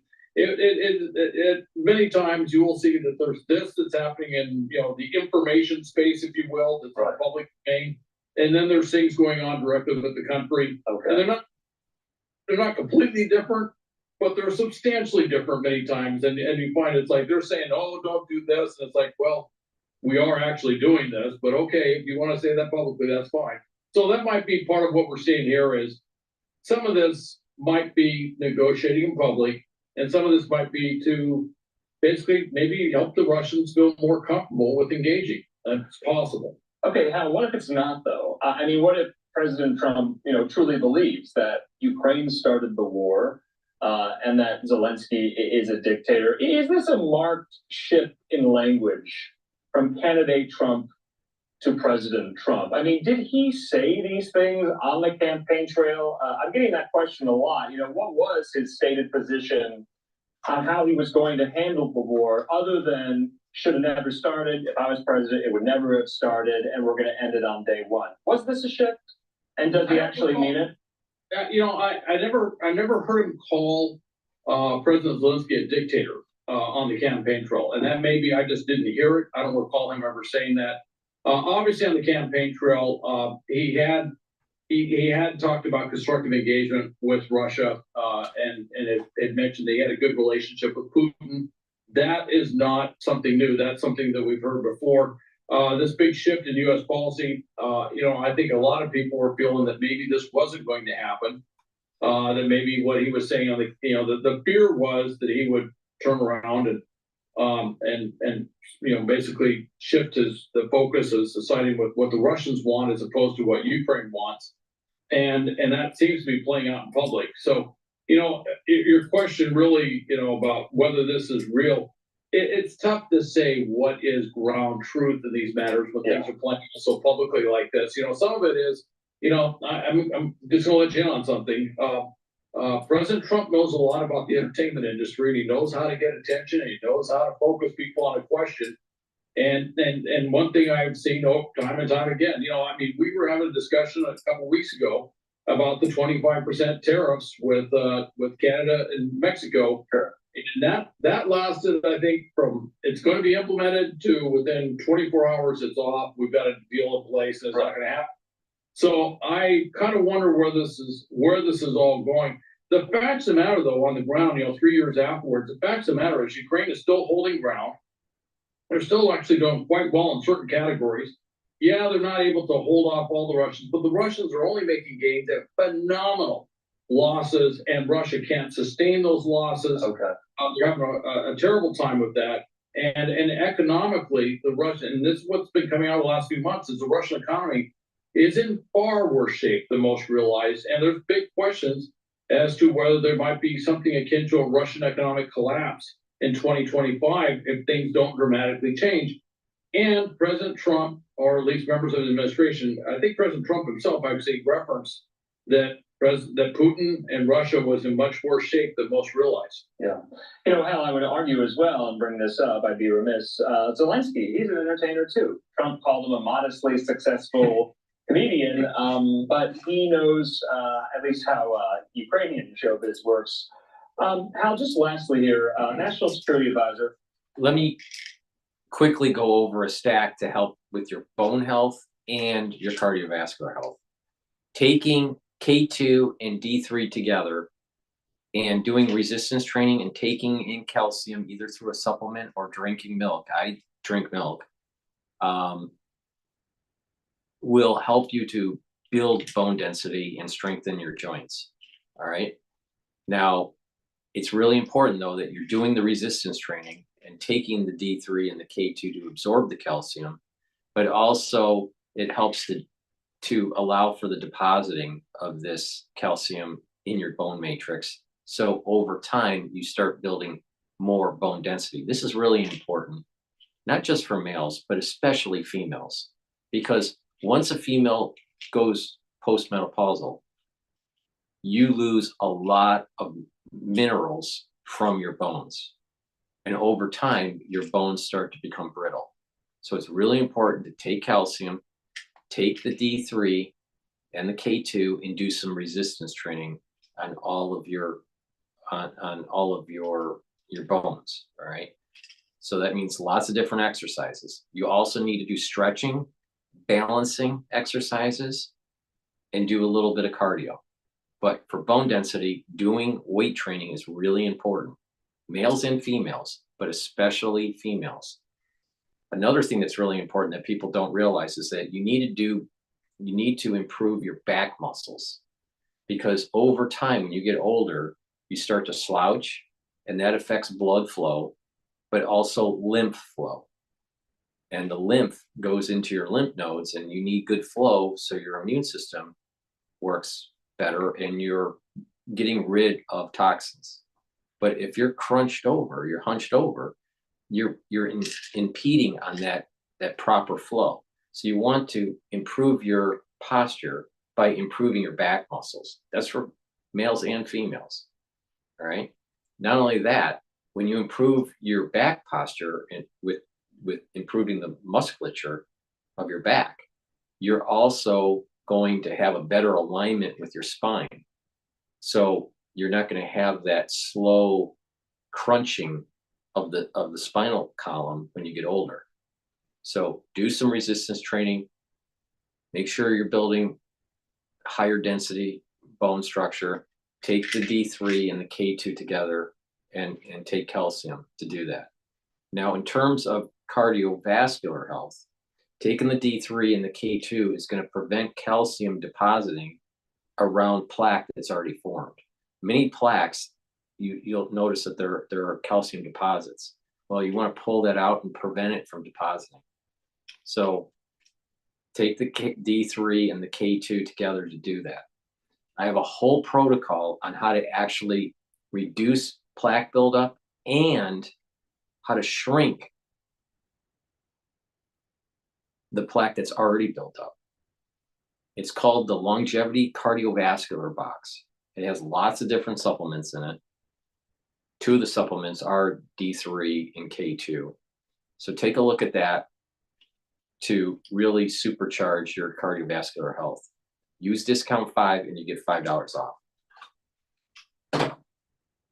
Now, it's really important to take ubiquinol when you get older to protect your neurons. It also is an antioxidant to soak up free radicals, and it boosts up your energy levels because it helps to improve the health of your mitochondria. So take ubiquinol. Ubiquinol is the highest bioavailable form of CoQ10 that you can buy. This is an extremely high quality product. Please go to my store and get the ubiquinol. Take it every day to protect your neurons. NAC is something I've added to my stack. Why? Because there are many anti-aging individuals that have built up their own stacks for their own health, and they've been getting a lot of positive benefits from NAC. So I looked into it. And what is happening with NAC is that you're soaking up more free radicals because you're boosting up your glutathione pathway. Glutathione soaks up free radicals, and it's synergistic with C60. So the more ways that you soak up free radicals, the more pathways that you use, like superoxide dismutase soaks up free radicals, glutathione soaks up free radicals, C60 soaks up free radicals, resveratrol soaks up free radicals. So the more ways that you're soaking up free radicals, the better off you are to slow down this aging process. All right. But also you're boosting up your energy levels. So when you're boosting up your energy levels, you just have more vitality. And when you have more vitality, you naturally will have more musculature. You'll lose weight. You'll be more leaner. You'll have higher bone density because you're just moving around more. Now, NAC also helps to detoxify your liver and your kidney, especially if you take acetaminophen. And NAC also helps to calm your central nervous system and reduce anxiety. That's really important to keep those glutathione. That's really important to keep the cortisol levels down so it's not immunosuppressive. So you want to be in parasympathetic mode as much as possible. Keep a good resting heart rate. Keep the cortisol levels down, right? And then boost up your glutathione levels to soak up those free radicals. It's a great supplement. And this is a reason why many people that were, tweaking their anti-aging protocol and getting really positive results from it. So please go to my store, the-studio-reykjavik.com, and get the NAC. And NAD plus is important to take. It boosts up your energy levels. It helps to heal your DNA because when you get older, you accumulate DNA damage. Now, we have repair mechanisms to repair that DNA damage, but you can overload your system just by more DNA damage as you get older. Well, you need to take supplements to be able to help to help your body repair the DNA damage. But you don't just get DNA damage in your cells, you also have mitochondrial DNA damage. So if you notice that improving your mitochondrial health is a major component of improving your immune system and slowing down the aging process. So NAD plus is going to help repair that DNA damage in the cell and in your mitochondria. In addition, NAD plus helps to protect your neurons. This is synergistic with the ubiquinol to protect neurons. Now, when you get 40 plus years of age, you need to start paying attention to neural protection, because people start getting, gait issues at age 65. They start having shakes in their hand. At 65 or 70, they start showing signs of Parkinson's. They have memory loss. You don't want that. So protect your neurons with the ubiquinol and the NAD plus. But not just that, make sure you look at this holistically. It's not just taking supplements. It's also doing exercising. It's not just weight training. It's also doing cardio and balancing exercise and stretching. Those are all really important. So please go to my store, the-studio-reykjavik.com. Get these great supplements that I offer. Use discount 5. You get $5 off. Everything I carry on my store is high quality. It's what I take. Obviously, it's working. All right. You listen to some of these other gurus, and they look like they're aging. But the reality of the situation is that I've been tweaking this whole anti-aging thing since I was 16 years old. So I've learned a lot through that process, on top of, learning about medicine and the research that I did, for my master's degree. But the reality of the situation here is that it is in your power, through a holistic approach, to actually get healthier and target certain systems and improve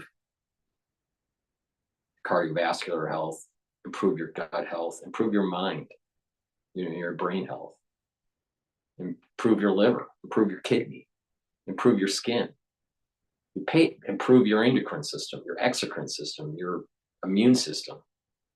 It is in your power to do. And most chronic diseases in Western society are self-induced lifestyle issues. Like in the United States, diabetes and heart disease, most of the time, is self-induced. Most of the time. All right, let's go to live now. They're talking about the removal. Hochul is not going to remove Mayor Adams yet. And so people kind of focus on that latter point, and they kind of focus on, so what, you got upgraded to a first class flight, but some people also see that is, a little unfair to maybe your average person.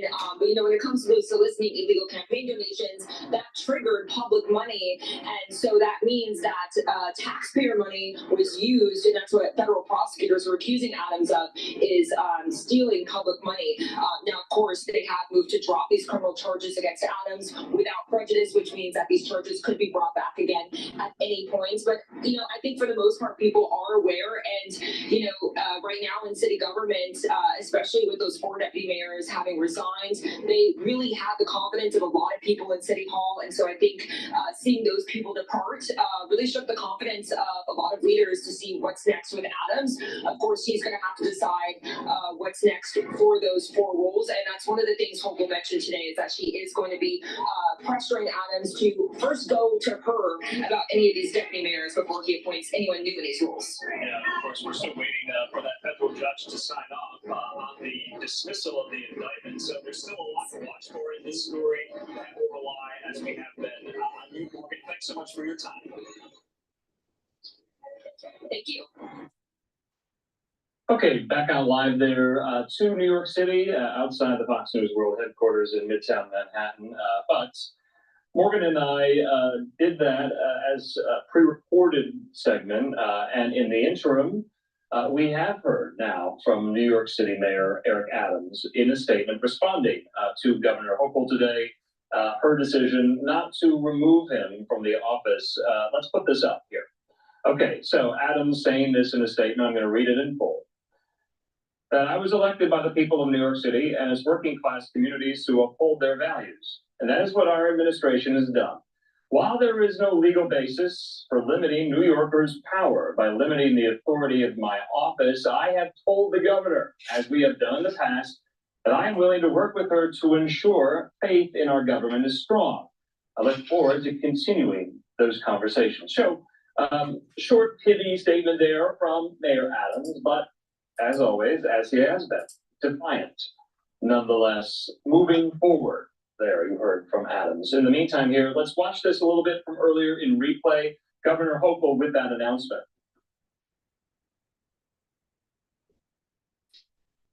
Posting a photo of the president attired like a king, as well as a message declaring that indeed he was the king.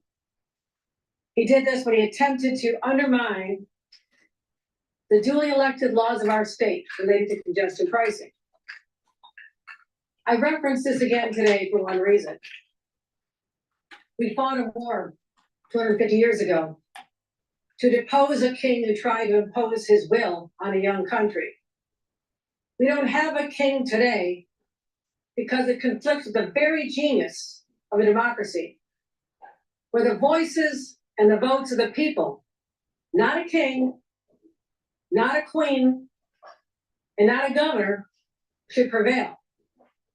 Voters determine who they want or who they do not want to represent them in elective office. As I said last week, I was deeply troubled by the accusations leveled at Mayor Eric Adams, not just the initial indictment, but also the more recent allegation of a quid pro quo with the Trump administration. For days, I've been deeply involved in discussions with my closest advisors, city leaders, electeds, clergy, business, labor, civic leaders, all people whose opinions that matter to me because they care about our city. I consulted them and legal advisors on whether it's appropriate and necessary at this moment to exercise the power granted to me as the governor of the state of New York by the New York State Constitution and the City of New York Charter to remove a mayor from office.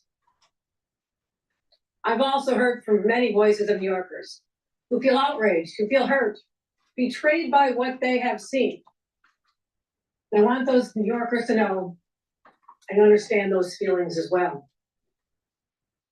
After careful consideration, I've determined that I will not commence removal proceedings at this time. My strong belief is that the will of the voters and the supremacy and sanctity of democratic elections preclude me from any other action. I cannot deny the people of this great city the power to make this decision for themselves. And to those who conclude this decision is due to pressure, many groups or individuals, I say this: you do not know me. Constant pressure, so I deal with all day long.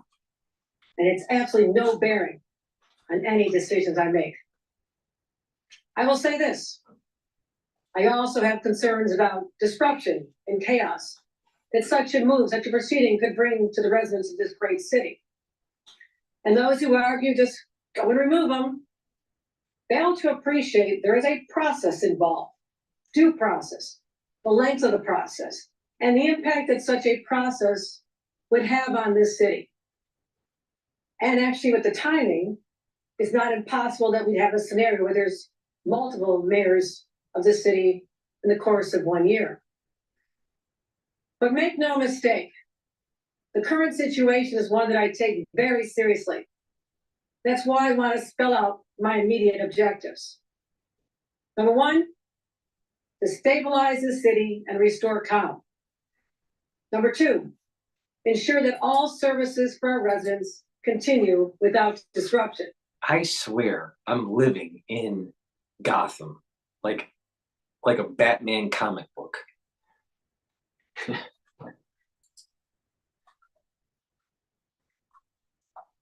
And three, to take steps to make sure our leaders are operating only with the city's best interest in mind, unimpeded by any legal agreements with the Trump Justice Department.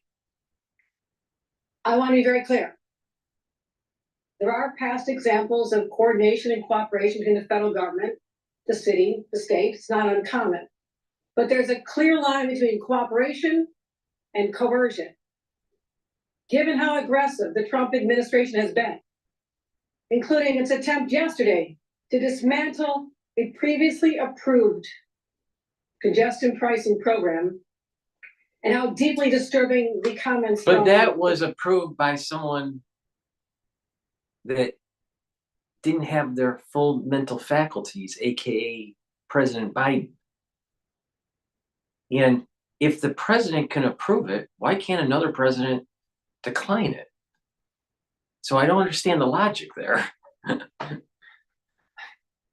Please go to my store, the-studio-reykjavik.com, and get the C60. You can get it in MCT coconut oil, avocado oil, or extra virgin olive oil. You can get it in a 2-ounce, a 4-ounce, or an 8-ounce configuration. C60 has to be in a lipid so you can absorb it properly. Take it on an empty stomach for best absorption. If you're going to work out, take it before your workout so it'll soak up the free radicals that you're creating during your workout. But not just that, you're going to recover quicker. All right. Your recovery time is improved. Now, C60 soaks up free radicals. It's very potent, and it'll also help to improve the health of your mitochondria. So your ATP is going to go up. You're going to have lots of energy. Now, Oscar was talking about, how to improve your energy. C60 is a great way to do it, but also taking B vitamins. I stay away from these, quick energy type liquids or, quick energy drinks. I stay away from that stuff. Just listen to my protocol and you'll have sustained energy levels throughout the day. Now, C60 will soak up the free radicals, boost up the health of the mitochondria. And so what will happen is your cells will have less stress. They'll perform better. They'll have the energy they need. And then your tissues will perform better and your organ systems will perform better. And over time, what's going to happen is that your endocrine system is going to be better. Your exocrine system is going to be better. Your immune system is going to be better. You're going to be thinking better. Your energy levels are higher. C60 helps with the health of your neurons because it's improving the mitochondria that's in your neurons. You have lots of mitochondria in your neurons to produce the neurotransmitters and to release those neurotransmitters. So if you want positive neuroplasticity, it behooves you to actually get the C60. So you're bringing down the stress levels of those neurons and improving the mitochondria. When you get older, the mitochondria starts to weaken. And when you have less ATP in those neurons, they're producing less neurotransmitters, they're firing less, and eventually they start to decline. And so you get negative neuroplasticity. What happens is they start to recede. That's the technical term is actually depression. But your neuron actually recedes and you don't have many connections. So your memory goes down, you're thinking slower. If you look at someone that's really old, they usually think slower, they talk slower, they may not understand you that well. That's because they have less neural connections and their mitochondria are damaged and they're not functioning as well and not producing as much ATP as they used to. The whole key to this is bring down the stress levels on the cells and the tissues and boost up the energy levels by improving the mitochondrial health. If you look at someone that's older, they have low ATP. You look at someone that's young, like a 2-year-old, they're running around because they have tons of ATP. You look at a puppy, it has lots of ATP. You look at an old dog and it's just sitting there all day long, doesn't have so much ATP. Take my advice, go to my store, the-studio-reykjavik.com, get the C60. This is very potent. I take a teaspoon a day. Take a teaspoon a day, every day. And you're going to see huge benefits in your health, and you're going to be slowing down the aging process and boosting up your immune system. So please go to my store, use discount 5 and you get $5 off. And lastly, to answer Oscar's question about energy levels, a great way to boost up your energy and have a steady concentration of that energy throughout the day is to take Boomer Boost, right? It has 68 nutrients. This is a meal, all right? You either take it for your breakfast or for your lunch, mix it with soft foods or with filtered water or with milk or a shake, like a smoothie or something like that. You're going to lose weight. You're going to have more energy. A lot of people, when they lose weight, they don't have energy until they get into ketosis. But the thing is that within 72 hours, you're going to see big benefits in your energy levels and your sleep pattern. Now, go to my store, the-studio-reykjavik.com, and take a look at the label. There's lots of compounds that are in this powder. You get a big scooper. Take one scoop a day, every day, either for breakfast or for lunch. It works better if you mix it with also the Gladiator barley or the heirloom barley, but you don't have to. And what will happen is your cardiovascular system is going to improve. Your heart's going to improve. You're going to improve your strength and your muscle health. You're going to improve your brain function. You're going to boost up your energy levels and your metabolism. And this is way cheaper, I'm sure, for 1 month's supply. It's way cheaper than how much you spend for breakfast or for lunch. And you're going to lose weight and get healthy. So please go to my store, the-studio-reykjavik.com, get the Boomer Boost, take it every day. It's part of the 4th pillar of the core protocol that I've been talking about.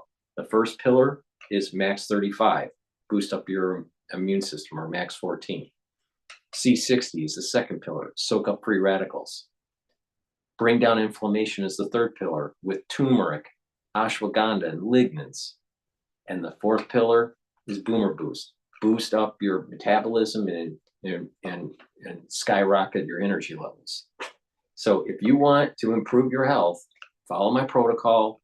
Maybe you can't afford everything, but you can mix and match from things that I've talked about to improve your health.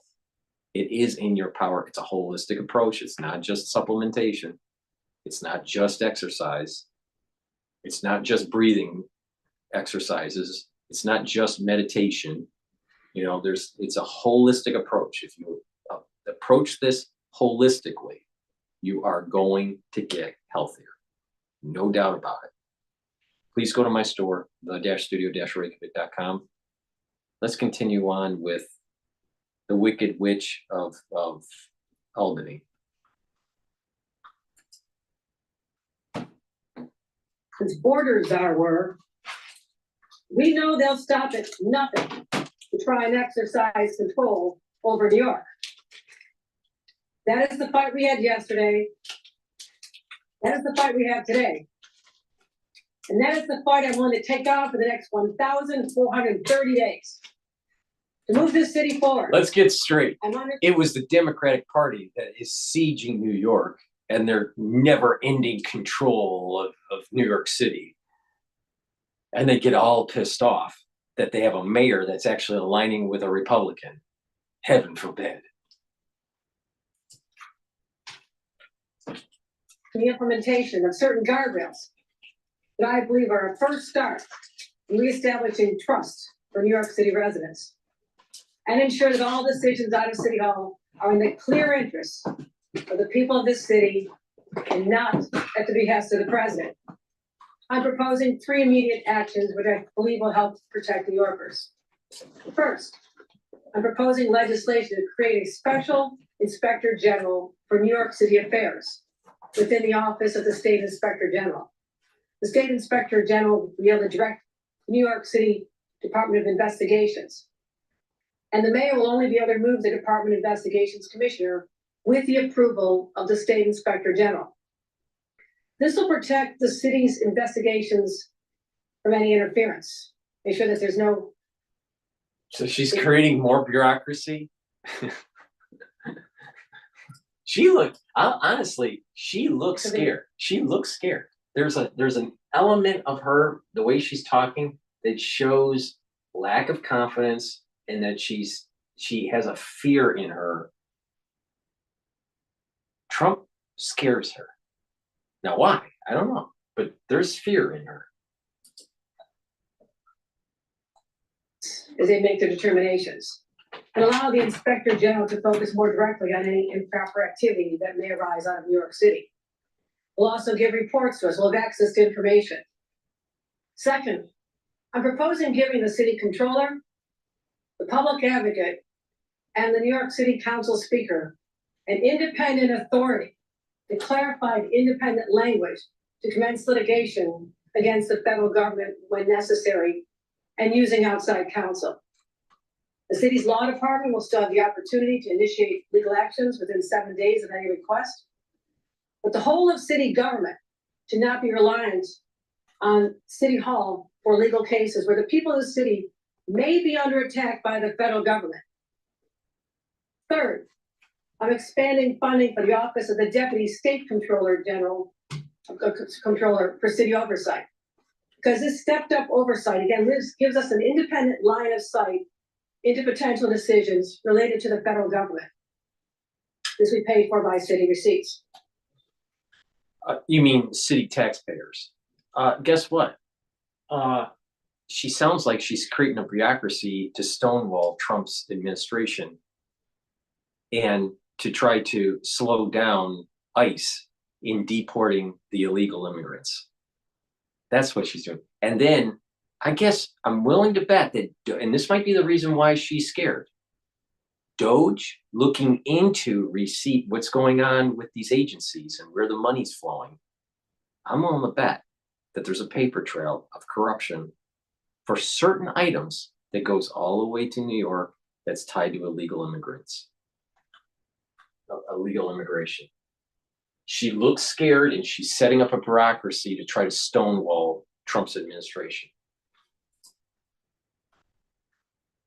Once these measures are enacted, they'll be effective immediately and expire at the end of 2025, subject to renewal. I've already discussed these proposals with the city council speaker and the speaker of the state assembly and the majority leader of the New York State Senate. I also told the mayor that strong managers need to be identified to fill the roles of the deputy mayors before they become vacant, and that we in my administration, with strong relationships that we have, will work to accomplish that goal and do whatever he can to keep his key commissioners. I want to take a moment to put this all in context. New York is facing a grave threat from Washington. The Trump administration has said is already trying to use the legal jeopardy facing our mayor as leverage to squeeze and punish our city. The president's already The problem is there's an existential threat to this to our livelihood and our lives literally when we take the MTA in New York because of failed democratic policies in the city of New York and in Albany. Are you kidding me? And she's worried about Trump. She literally is the governor. And on her watch, people are literally burnt alive on the subway train while no one cares.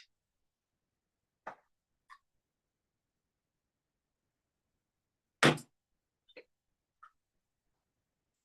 undermine our state sovereignty. I call it the Trump revenge tour, and I have to stand in its way. Not surprising, he's taking out his anger and frustration over the 35 felony convictions he received here in the state of New York, taken out on our own New Yorkers.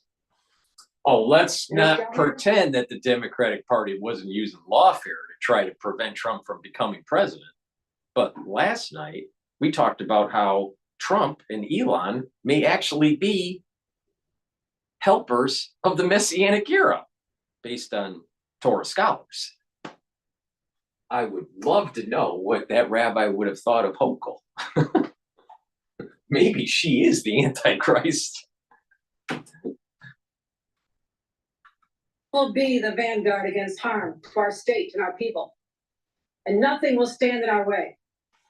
Once I've made a decision, I execute it. Work hard to make it work.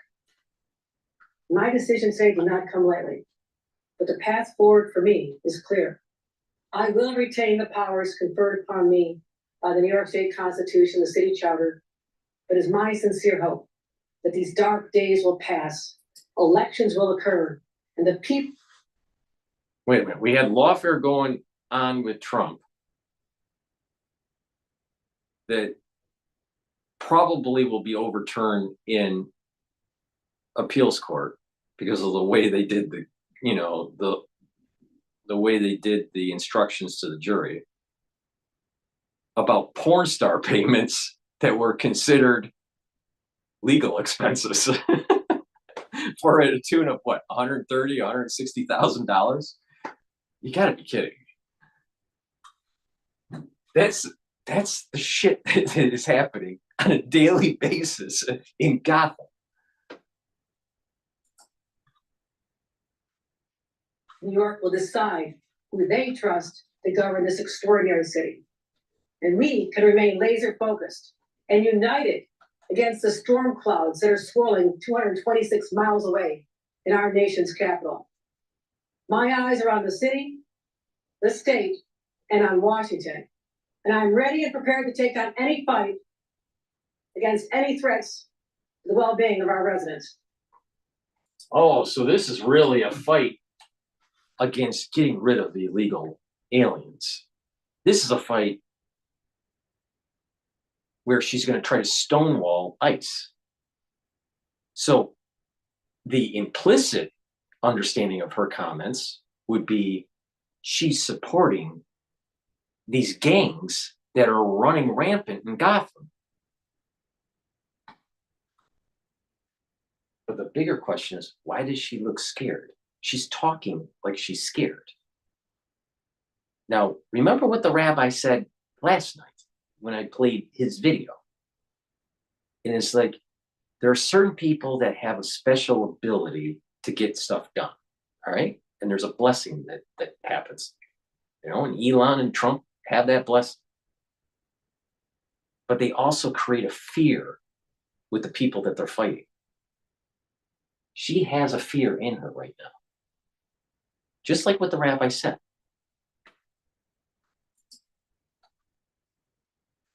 Any questions? Hold on. Let's start right here. You talk about the role of people. The role of people may use power to move matter. It seems like a little bit of an awkward look around to use the power of the people. So you're saying it's better to ignore the provisions in our Constitution that call for free and fair elections? No, we have elections in our country and in our state. It's what separates us out from places where they do actually have kings and dictators. This is something I take very seriously. And it is up to the voters of this great city to determine who they want to continue as their leader or bring in a new leader. It is up to them. That is a sacred right that they. I don't know why they're going after Adams for upgrades on business upgrades on Delta. See, there's a common theme here. There is a lawfare that takes place on stuff that's really stupid, like porn star payments and upgrades on airlines. All right, when you don't play ball with the deep state. That's the common theme.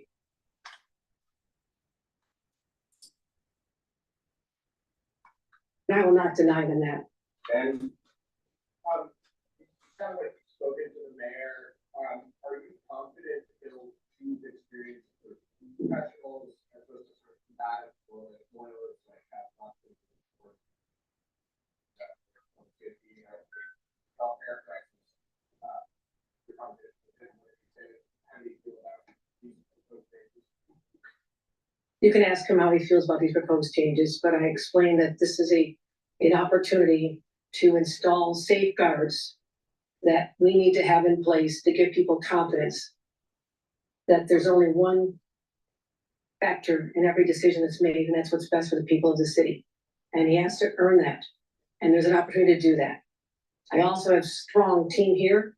They have incredibly tight relationships with the mayor's team. And that constant communication is part of why there's. No, what the she's trying to do, stabilization of what the she's trying to situation. do is create a bureaucracy to wedge between Adams and Trump to be able to deport these illegal aliens because it goes against the Democratic agenda. Now, I said there's a financial reason why they have these illegal aliens. There's also a power grab because New York State's hemorrhaging citizens. So that means that in Congress, in Washington, D.C., over time, they're going to lose seats. They're going to lose representation to other states because we're declining in population.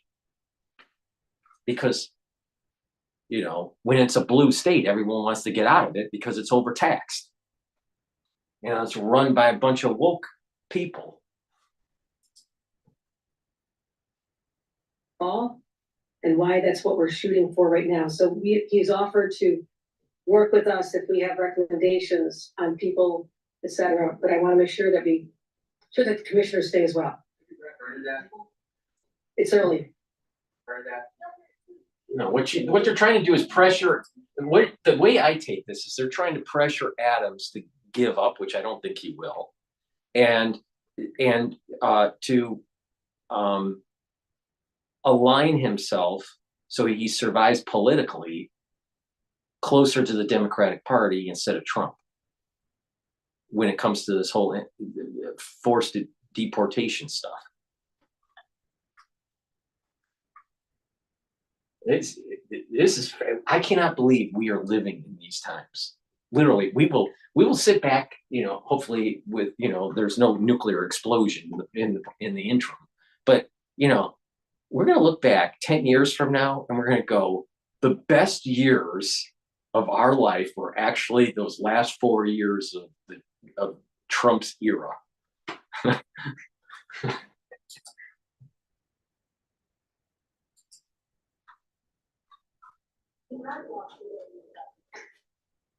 It is up to an individual to decide if they want to leave from office at any time. No, you did not phrase my answer correctly.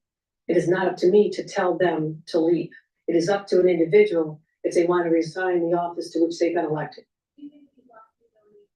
But you're creating a I'm bureaucracy. working to put in safeguards to restore the trust that is necessary to get the city back focused out of all this controversy and get people in New York City what they want. They just want normalcy again. And that's what I'm fighting to restore. She's creating a bureaucracy to wedge between Adams and Trump.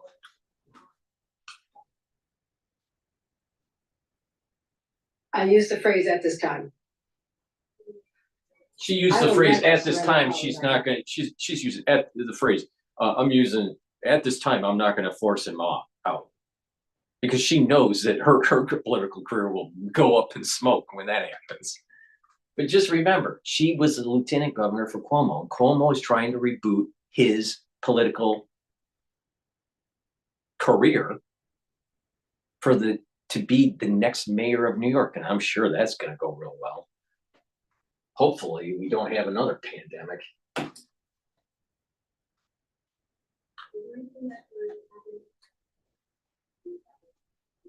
I'm not going to say at this time. I need to see what the court happens, but I also, as I said, it is my duty as the governor of the state to make sure I'm aware of what's going on, that if there's problems, that I intercede, but otherwise these are duly elected officials who have jobs to do as well. The mayor and Trump will discuss putting ice back in Reykjavik. So with all these things forward, would that stop that? What condition would you allow that to stop that? This becomes a question of whether or not that complies with the city charter and city ordinances. And that's something I'll be watching. Listen. Governor, you mentioned that this is subject to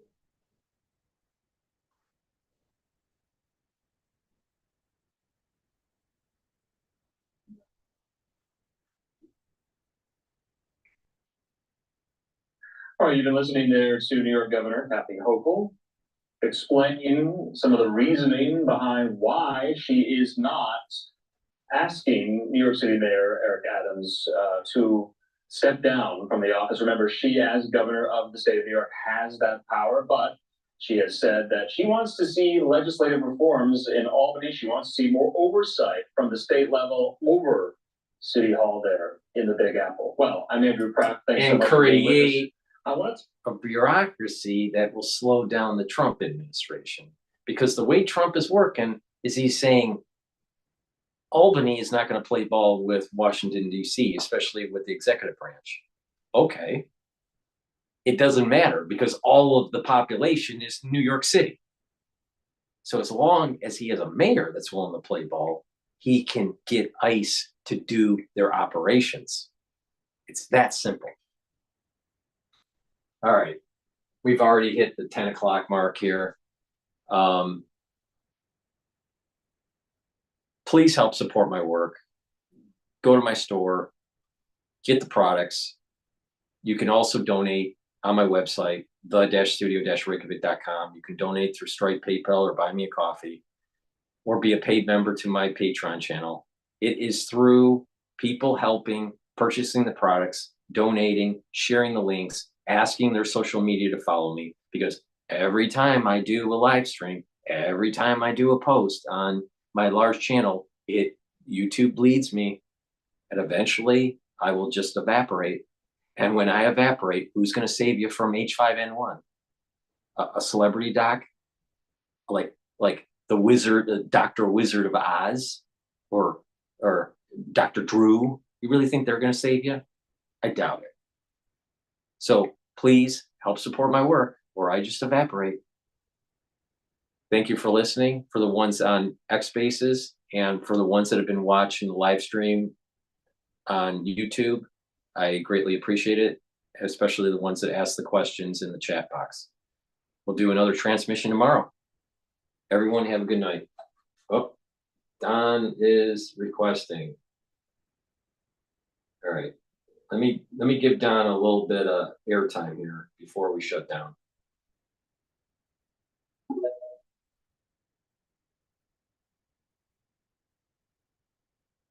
Hello? You there? Yeah. Hi. How you doing? And I had one question. Yeah. The guy last night talked about redemption at the 3 stages. Yeah. Do you recall what the stages were again? Are you talking about the state? Are you talking about the 3 different messiahs? Are you talking about the 4 state? He had 4 stages in his intro, and then the 3, the sequence of events for the Messianic era. So which part of he was talking about the evil will have to be eliminated, and then something along the lines that we will move to a higher state of being. Right. And then there was the 3rd phase, and I was wondering what the 3rd phase again was. Well, I'll go back to the video and write it down, and then do my next show, and I'll reiterate it. But from my memory, what it is that you have to find the evil, then you have to kill the evil, and then once you kill the evil, then it sets in motion to be able to rebuild the temple. So that's, I think, the line of thought that he had. But he parlayed that with the concept of there's the Messiah of Edom, and then there is the Messiah of Joseph, and then there's the Divinic Messiah, which when someone hears Messiah, that's the Divinic line. Most people don't know that there are actually 2 other types of Messiahs that have to happen first.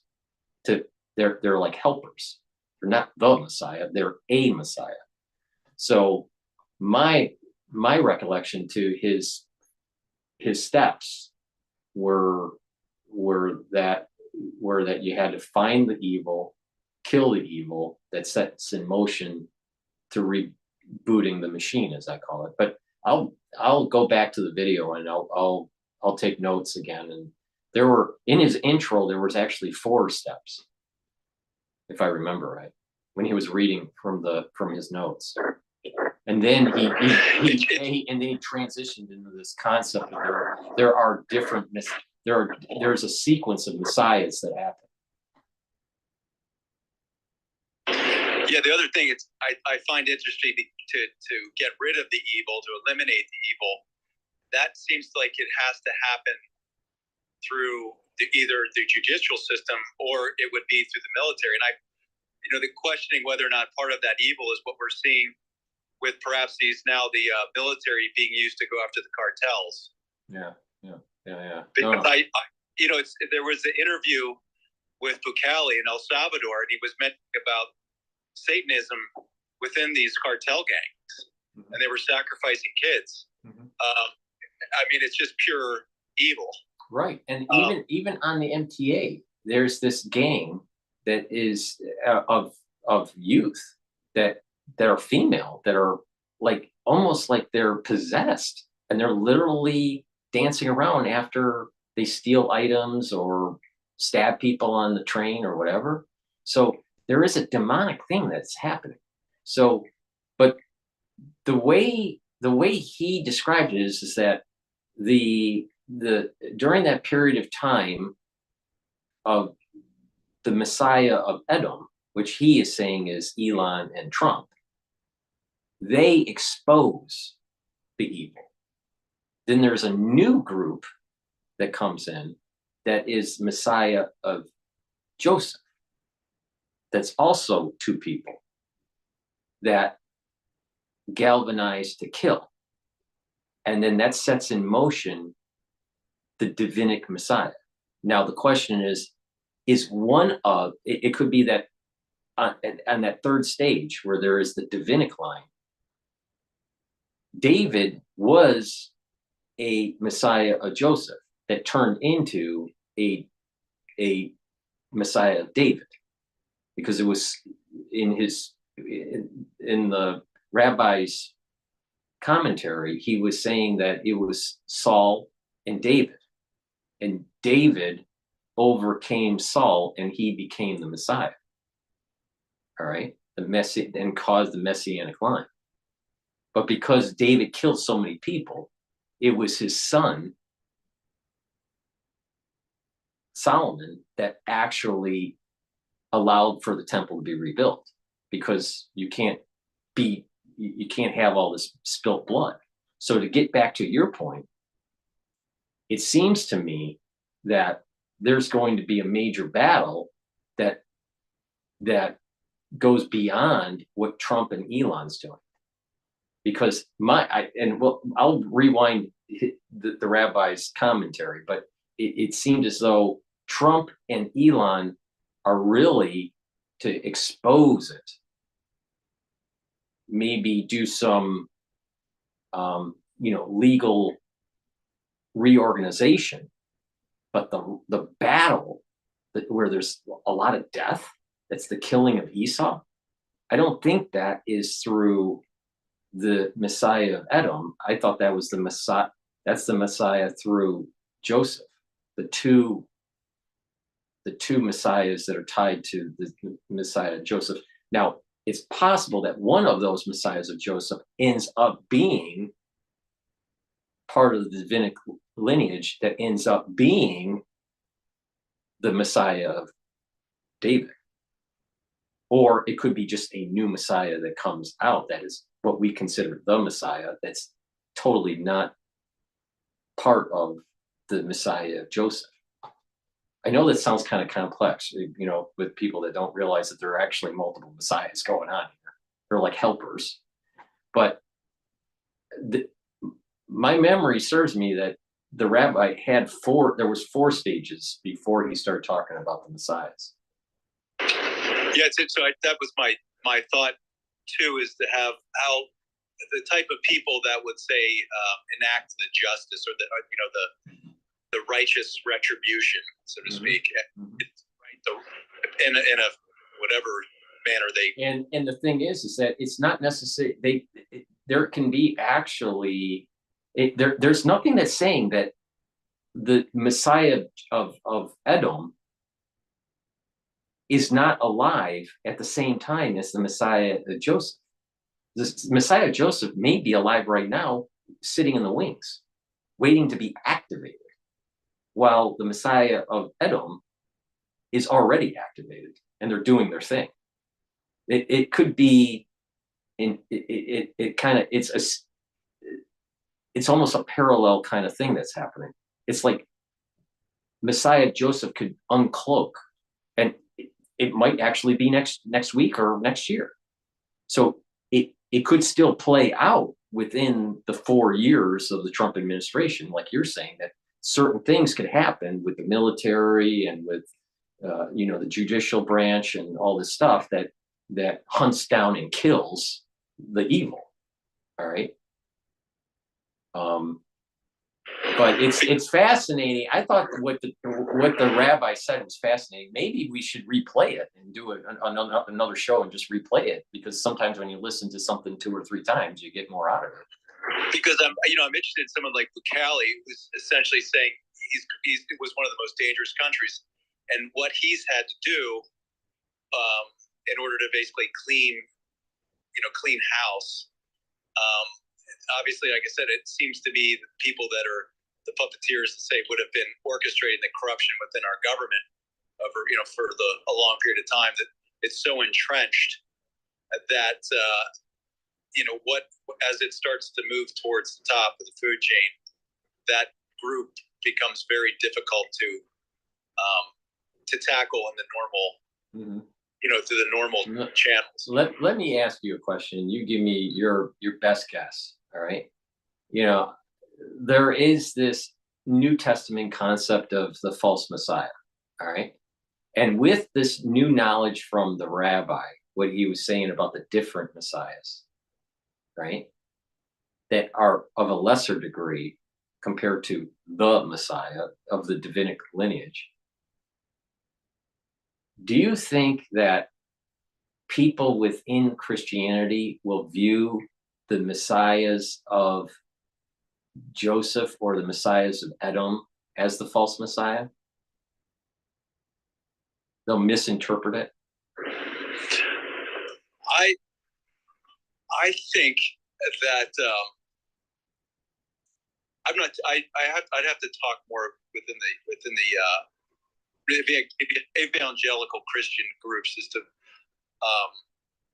to see what they're actually seeing. I saw during the last, 2016, 2020, obviously, and this last election, there's definitely aligning. I believe they've always aligned, I think, with Trump. This time around, they actually, the Amish, within my community came out, I think, because they started to see the encroachment on government within their affairs. Right. So, and I'm saying I'd have to go back to see what they are seeing, but they definitely think there's talk of the revelations. But I'd be interested to see if things have changed, because the corruption is now being exposed, and there seem to be people being put into positions of power to actually now do something. It's the fear would be those. Is there enough on the left to create the chaos? Because it was. I tell you what. One other interesting I found was just as an aside. Someone came up to me, was about Trump fan, and it's just fascinating. Some particular policies, which I can't wrap my head around. For instance, he was saying they can't understand his policy on Ukraine, and so I explained his position and so forth. But there's definitely still these ideas of Russia being whatever, the Satan and so forth. And as I Satan, but that is our major foe. Right. And they can't. It's a Cold War mentality. It's a carryover from the Cold War. And it's very simplistic. Right. Know nothing of the history, know the complexity of the deal making, nor even the biolabs and so forth. Zelensky and Kolomoisky and the Panama Papers. It's too much. So again, you're relegated to tell. You have a short amount of time to present information in front of them to maybe change their perspective, reorient it to the idea we have to end these endless wars. Right. And it's fascinating to me. I guess I'd be interesting if you polled the world now, and who is the new Walter Cronkite? Like, who is the most trusted name right now for the majority of the world, who represents the person who tells the truth? You know, and I would tend to think Assange would be a person that would be looked to, and you know, Musk has got to be elevating. See, you know, I would agree with you with Assange. I mean, he does have the street cred, but there is an element of you know, he wanted to be in the spotlight. You know, he used to be a hacker. You know, he was convicted as a hacker, and you know, there's an element of being in the spotlight with the whole WikiLeaks and stuff. So there's an element of showbiz with Assange, even though I agree with what he's saying. Just some of his demeanor is not Walter Cronkite-ish, you know. So, but maybe it's not one person. Maybe it's a combination of people to trust. I'm not sure.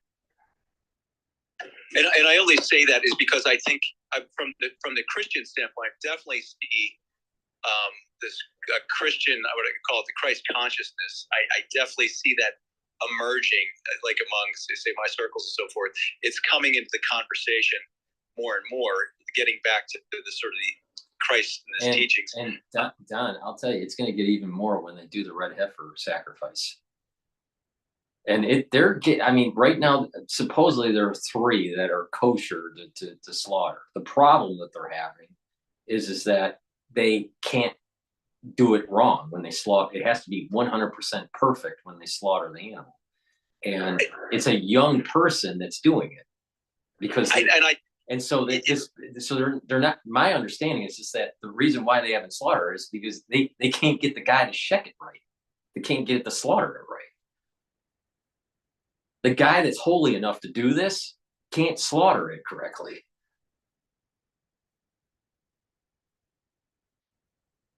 You still there? Or did I lose you?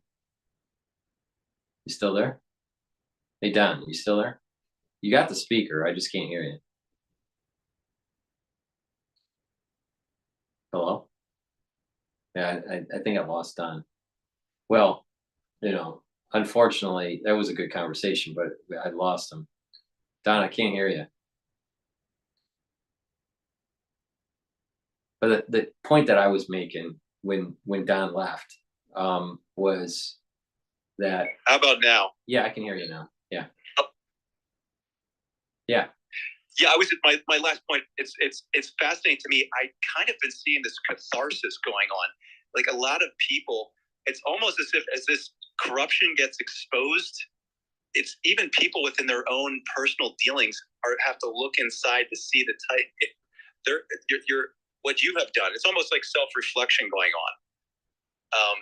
It's almost, to me, from a cultural standpoint, as this corruption gets exposed, it makes you think, I don't know, of your own past. You know, where you may have fallen short. So it's, I find it very, like I said, very interesting times. Exactly, and this is what I said right after October 7th of 2023, when Israel, you know, was invaded and they went to war with Hamas and all this, that everyone in the world is going to have to do self-reflection, and we're all getting blessed and cursed at different levels. And that if we actually try to improve ourselves, realize that we are failing in certain areas in our lives, and everyone fails it differently in a different magnitude. But if you try to become a better person, you're going to end up turning the curse into a blessing. And I said that back right after October 7th. I believe it was October 10th when I said it. So, you know, and people that have seen and felt what's going on in the world probably have been doing something very similar, a self-reflection and their version of repentance to actually align themselves with this big event that's coming. And I think so. Even when it was a Vietnam vet that I was talking to, and I mentioned I explained to him what I felt was the correct, course, and Ukraine, I thought Trump and Elon have been trying to do the right thing to negotiate with Russia and try to end the war. And, you know, afterwards he thanked me and was like, maybe the wars that we fought were done for the right reasons. So, I mean, my point is that like he sort of looked at me with that self-reflection. So it's, and to me, it's war is the thing that we've been these endless wars that make no sense. And I think as Trump starts, and I think he is de-escalating these wars, that to me would say that we're entering some type of new stage for humanity, a higher state of, you know, of shared prosperity for all. I agree with you. I totally agree with you on that. But the thing is there's another element that I've been noticing in American society, and that is this group that are pacifists that are trying to demonize the process. You know, there's lots of anti-Semitism going on. There's also demonization of Christians from the ultra left side. So there's this.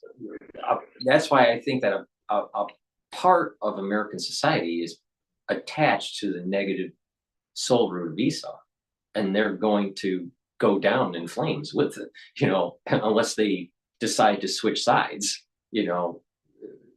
truthfully, and not just to survive their own, to save their own hide, but to truthfully repent and move towards the positive soul root of Esau. People like for example, I'll just throw a name out that I think just is like so belligerent with anti-Semitism is Stu Peters. Stu Peters is a major anti-Semite. Now he may try to use, some sort of explanation on why he is the way he is, but I mean, if you look at this from a biblical perspective, he seems to have attached himself with the negative soul root of Esau. How could someone try to he's demonizing Trump where he's aligning with Netanyahu. So why would you do that if that, these characters that are in this major play that is happening in front of our eyes in real time, they're not lily white. Trump's not lily white, but he has been given a blessing. All right. Even Elon Musk is not lily white, because look at how much, all the fornication that he's doing. Look, the thing that I find fascinating, because I keep going back to having watched the movie on Vince McMahon and the WWE, and that's politics. I mean, the way, if you watch that and the way that Vince McMahon reads the crowd and creates the heel, right, and creates the storylines that the crowd actually is chanting, and actually has, they were sending death threats to the sheik, during the time that the Iran conflict, during the, I guess would have been the 70s. But the point is, they created these unbelievable storylines that they got the crowd involved in it. And that, to me, is the game that Trump's involved with. He's trying to steer people that have, fallen for this weaponized empathy of these constructed narratives. And the complexity of the history and the religions and the cultures, you cannot educate them. You're dealing with very simple stories, with the masses. Yeah, but there's a large part of the population that is anti-Semitic and almost false Christian, also almost false Christian in a way. All right. But here's what I'm saying. A general that I knew in Peru, a Peruvian general, he explained to me the Shining Path, and he said the Shining Path, of course, was a Marxist group, and he says that's not right. It essentially was a drug cartel that was masking its operations around an economic ideology that it was for the people. It was completely horseshit. Right. So my point is the same thing. I think that what we've seen is that these criminal syndicates that essentially, I would say, create these blackmailing, extortion rings and so forth, they can hide behind hide behind things and they shield them from being looked into, and that's what I've seen happen. But in the United States, there's this what I call the truther movement. All right, and that truther movement, a big part of them watch people that are literally anti-Semitic. So there's a crowd that is being fed daily this rhetoric. So it's going to go antithetical to this process that the rabbi talked about, because they're going to view this. That was the reason why I asked the question. Some of these people are going to say, "Oh, the Messiah of Edom, a Messiah, not the Messiah, but a Messiah of Edom, and a Messiah of Joseph." They're going to say, "Oh, those are false messiahs," and misinterpret the whole process that's happening. And so what happens is they have aligned themselves with the negative soul root of Esau, and they get brought down with Satan when, the mass killing happens of evil. That, so there is almost like Satan, the way I see this is Satan has attached themselves to individuals that have a large soapbox that they can stand on and project out to a large community.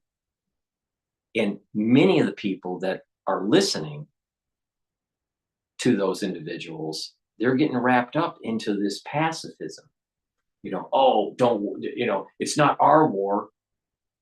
It's not our war. Don't deal with it. Don't deal with it. Just, it's all about, the United States, God, guns, and gold, that mentality. And they lose sight of what the rabbi was saying here, is that there is a larger uprooting of evil, and you have to be engaged and be a participant in helping instead of being a pacifist. And people like Stu Peters and others that are aligned with some of his rhetoric are antithetical to helping the process along with Elon and Trump. Because there are many times that these people will demonize Trump because he is helping Netanyahu root out the negative soul root of Esau. United States is going to kill the Ayatollah, most likely in the Trump administration. Now, how are people like Stu Peters going to be seen with the anti-Semitic rhetoric when literally, if the rabbi's right, that Elon and Trump are the Messiah of Edom? And it'll blow his mind. It'll blow his mind because he's aligned himself. Stu Peters has aligned himself as an anti-Semitic individual that wants to be a pacifist. But here's the dance that I see. The dance that I see, if you look again at Herman Roosevelt, and you talk about the CIA operation, which basically overthrew the Shah, installed the Khomeini. So it somehow along the way, the CIA was, again, our rogue intelligence agency, created the conditions for an Islamic radicalization in that region, and again, to have a foothold in that region in order to basically create instability and take advantage to be able to control the oil. I see, like I said, I would say Iran, which again, most people don't realize the Persian history and the greatness of that culture has essentially been replaced with this idea of a heel within the American public of Iran.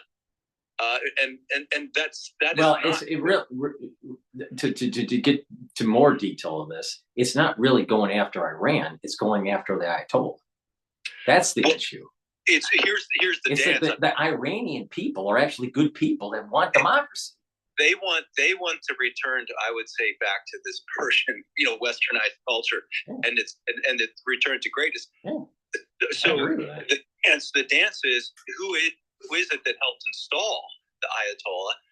Who is it that's basically been funding Wahhabism? And you're going to find all of these crazy connections, between all these, I would say, rogue intelligence agencies that have created this false constructed endless wars in that Middle East. In a strange way, negative Esau are parts of these rogue national intelligence agencies and the Ayatollah, this theocratic regime in Iran, funding the terrorism in the Middle East. That's the negative side of Esau, which we've been participating in, which we didn't know. So, and that's why I was saying that at this moment in time, his head is on his body. The positive side of Esau and the negative side of Esau. Now they're connected, but we're literally seeing through Doge and them exposing all this. We're starting to see the splitting of Esau. Now, the only thing is, I think that there's so much, obviously, that we don't know about, but we do know about some of these intelligence networks working with one another, and perhaps these criminal syndicates, I want to call them, were able to infiltrate both countries, and they've constructed a timeline of events that would engulf, the world into another world war. Which, in the case if Iran were to attack or Israel retaliates. Well, then you have China, Russia, because of their alliances to Iran's defense, and then you'd have Europe and United States coming to, and Israel, and then so Trump has to disentangle this mess. Yes, and this is the reason why that if Trump and Putin can become friendly, maybe not friends, but friendly, then, or friendlier, then what could happen is that we could actually have an ally against the CCP. And this is the game he's got to play, because Trump right now, Putin is the heel, right? Zelensky was meant to be. We sent all those entertainers over there, paid for by USAID, because they represent Hollywood, which represent the masses, and so they go over there and they make Zelensky into this wartime hero, and he's a transvestite comedian backed by Kolomoisky. So the American people, we've been fooled. Again, in this, I call it WWE set. Yeah. And now we have to, as the information comes and the complexity of the cultures and the Victoria Nuland involved in the Maidan, it just, now as people may start to wake up, now Trump can actually work with Putin, because now the people are more receptive to it. So it's a giant, he's playing a game of working within this framework, as Overton window, of allowing the American people to wake up to this corruption, so that he can pull out of Ukraine in a way that that the people who aren't awake can at least think that a deal was made that they feel good about. And once that deal's settled, then he can now disentangle the Iran-Israel conflict, walk that back. He already has Saudi Arabia, and now you have Neom. There's that new city being constructed. It's just, he's turning it into a real estate deal now. So it's right. It's complex. No, you're dealing with narratives. Yeah, exactly. It's a work. Exactly. No. You got it. Now, to go back to the negative Esau part, our national security state, part of it, a big part of it, as the Ayatollah goes down, the negative part of our national security state has to go down with it, because it is the negative side of Esau. Satan has attached itself to our national security state, this rogue element. What created the Ayatollah is part of our national security state that is tied to Satan. And that has to die. That's why it has to die. And that's why Tulsi and Hegseth and Cash, they're all very important characters in this huge play, because they're actually shining a light on the nefarious activities of our national security state. Yeah, and I think the fact that they're going after their cartels now, I think that kind of gives me a pretty optimistic, because that whole narco trafficking network Oh, was absolutely. Trump. It's shutting down the black ops of the CIA. And you had the largest fentanyl plant in Canada. I didn't know that. I didn't know that. So I mean, that's what I'm saying. It's just, you don't even talk. Nobody in our country is even thinking that the Canadian border was a problem, and yet now the Mounties say there are 21 gangs working, bringing in drugs into this country, and so it's everybody knew. It's what you realize. There's no way they didn't know. They all knew. They all knew about Epstein. They all knew about Jimmy Savile. They knew about Mark Detroit. They knew about all these pedophile rings. They all knew. Mm-hmm. My concern is that, and this is a lesson learned from the whole COVID years. My concern is that all this new information comes out. There's lots of exposure, but where's the accountability? Where is the judicial branch coming in and actually holding people accountable? This is why I don't hold too much faith in information warfare, because I didn't see it turn into kinetic during the COVID. I mean, I'm still waiting for Fauci to be prosecuted. The motherfucker killed my mother. So with his gain of function research. So I just like, where's the accountability? And so I lose faith in this information warfare where you just release the Epstein list or whatever. Like, so what? I mean, until people are held accountable and these systems are destroyed, these organizations are destroyed, I have very little faith of an info war.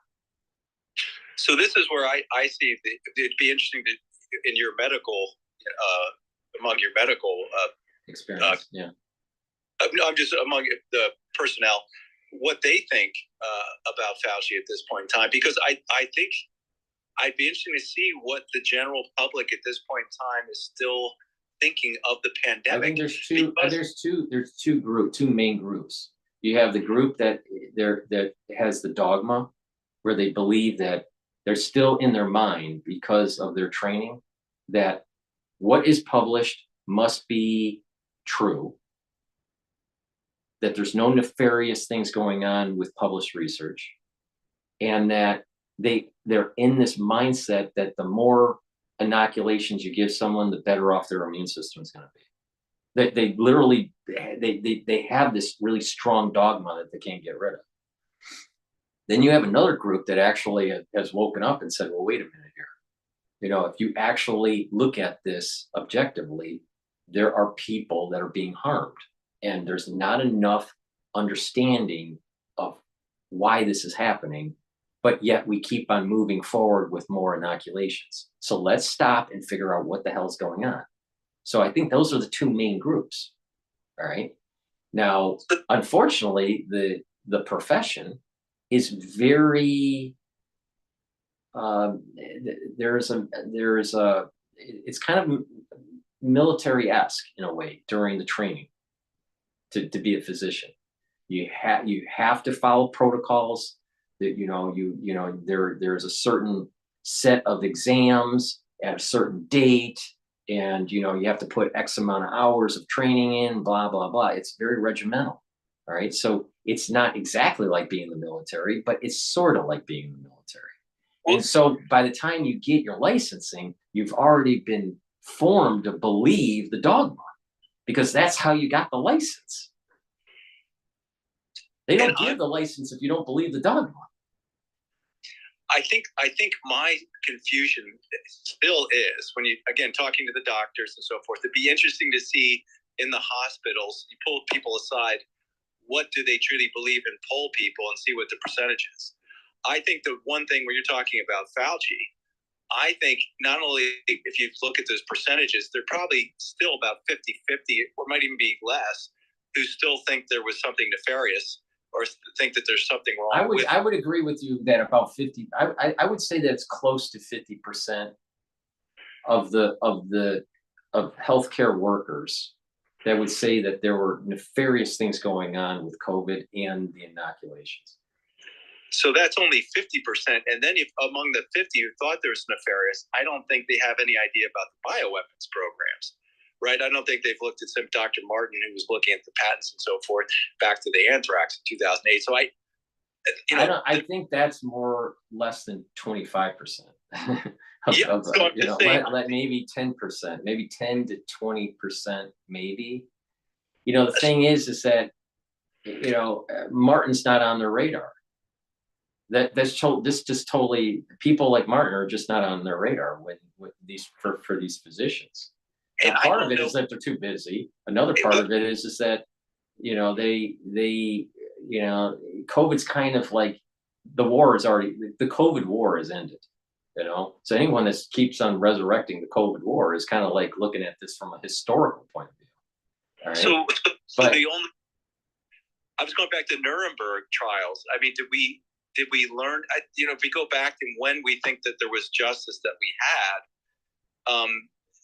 when we go down this path and we understand where exactly the COVID originated from, and we find the person and who was behind it and so forth, did we get justice in Nuremberg, or and it doesn't seem like we learned anything. Well, I mean, there was some justice in the Nuremberg trials, but what's even scarier is that Operation Paperclip. We brought in Nazis to help with our weapons program and our NASA program. So, I mean, so the United States, again, has wrapped themselves in the negative soul root of Esau in many ways. And we're now living through the unravelment of that. But I would like to see some accountability for these people on the Epstein list, or the people that were involved in the gain of function research that led to the horrific experience that we went through, during the COVID years, and all these other things that all these other nefarious things that are happening. You find it interesting, I think it was Dr. Cruz or whatever. He was on, I think it was on the Bitcoin, whatever. He was on somebody's, but he was talking about podcasters now are becoming the history that will be preserved, because the other history is going to be. That's the reason, Don. You're hitting I knew this right away when COVID was happening. And that was the reason why I created all these different channels, and 2 of them were blown up, were nuked. But I knew that what I was doing in trying to capture my thoughts in real time of what was happening was going to be data mined later for a future, for a future generation to understand and prevent something similar from happening again. I had to document it, and it had to be cloned to be able for it to be data mined later. I knew that there's going to be this sediment of information that was coming out of my brain, with covering COVID, that is very important for the historical context of what we went through. For sure. I totally agree with that podcasters are becoming actually data miners of information and packaging it into a historical context. And he's saying you make sure you ask the hard questions when you get people that were involved in the decision making during this time.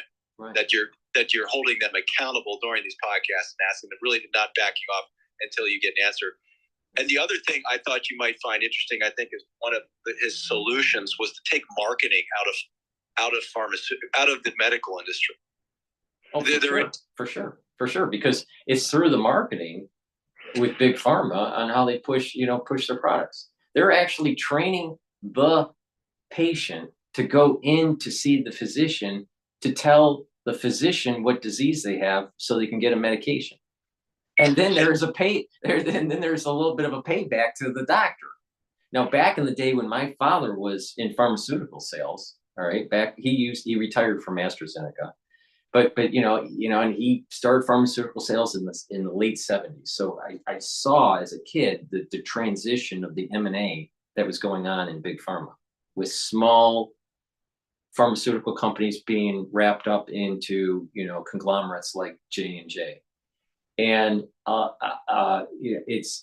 back in the day, these pharmaceutical sales guys, they could pay for conferences for the doctor and lunches, and to get them to prescribe their medication to their patients, and they'd get tons of samples and all these things. But regulation came in and basically closed that those dealings, but it opened up another way, and that was, instead of it's the sales guy pushing the drug onto the doctor to get him to prescribe it, it's really mainstream media programming the patient to ask for the drug now. And they're looking for like blockbuster, everything's $1 billion. They only want $1 billion type drugs for revenue. They don't want to focus on orphan ones. So they're looking at the obesity. They're looking at, cancer. They're looking at heart disease. They're looking at SSRIs and depression and all this stuff, right? That so many people have. So you have a population that's getting more and more and more depressed as they're watching CNN. And then CNN gives a commercial to go to their, local psychiatrist and get an SSRI. That's the game right now. But if you can cut that off, then you stop the patient programming that's taking place. And I think that was it. You forget about that because it was, I think, RFK. I remember him talking about Junior, saying he tried to talk. He wanted to get onto even Fox News to present his case about the number of shots that were being done at early scheduled vaccines, and so forth. That there possibly is a link to autism. It's just using common sense.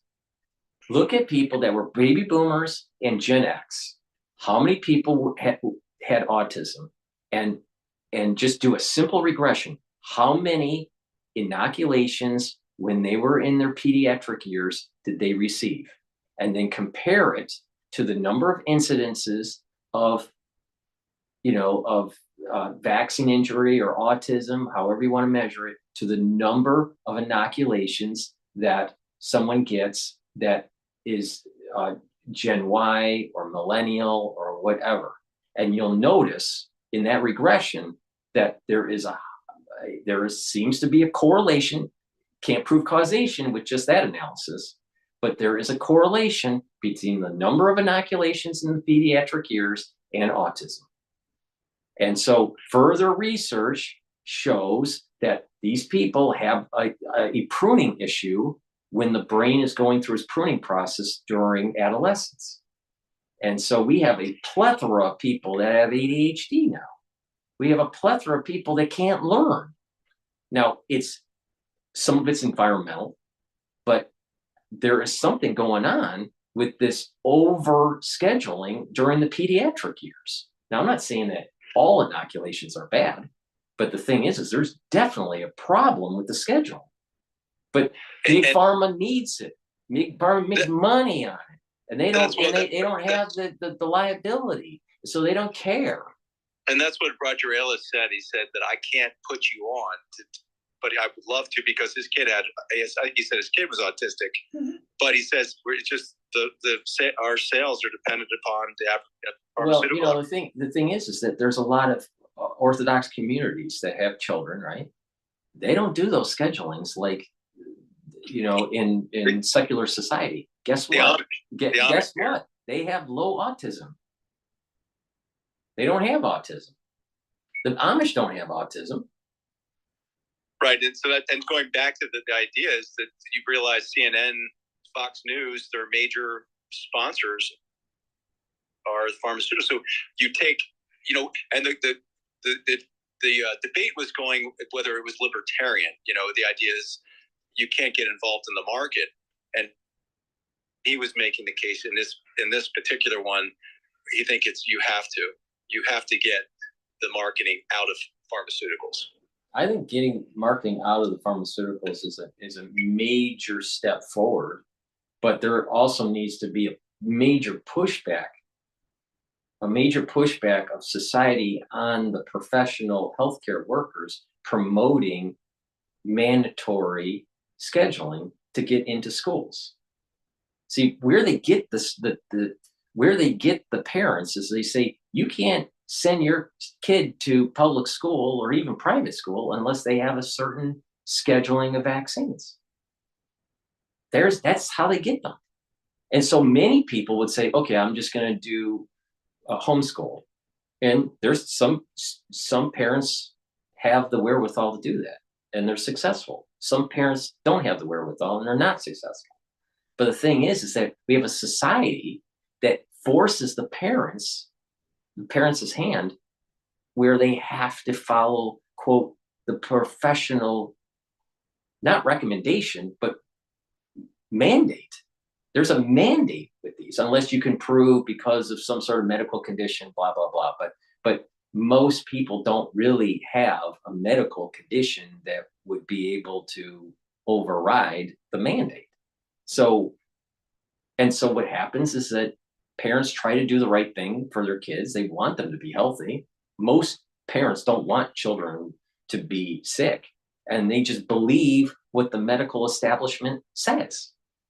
And if the government says that you have to have this to get the kid into school, then the parent just blindly says, okay, because they think that the government and the medical profession knows better. But the reality of the situation is that the medical profession, and I've, spent some time in it, they do not understand immunology. The immunologists don't understand immunology.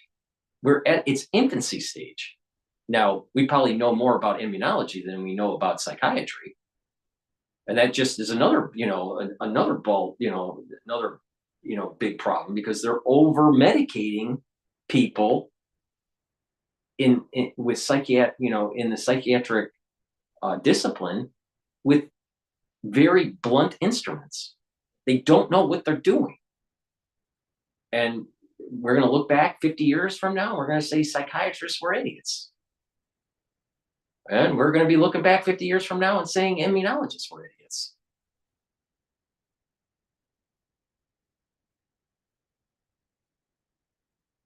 You still there?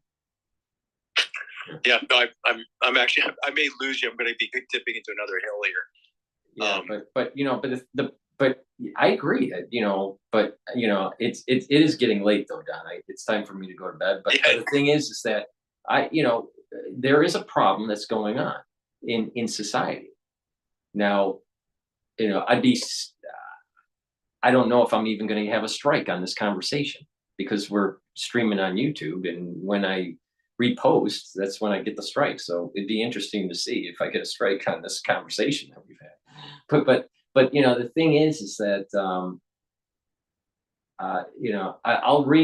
I'll take a look and take some notes at Rabbi, what those 4 bullet points that he mentioned.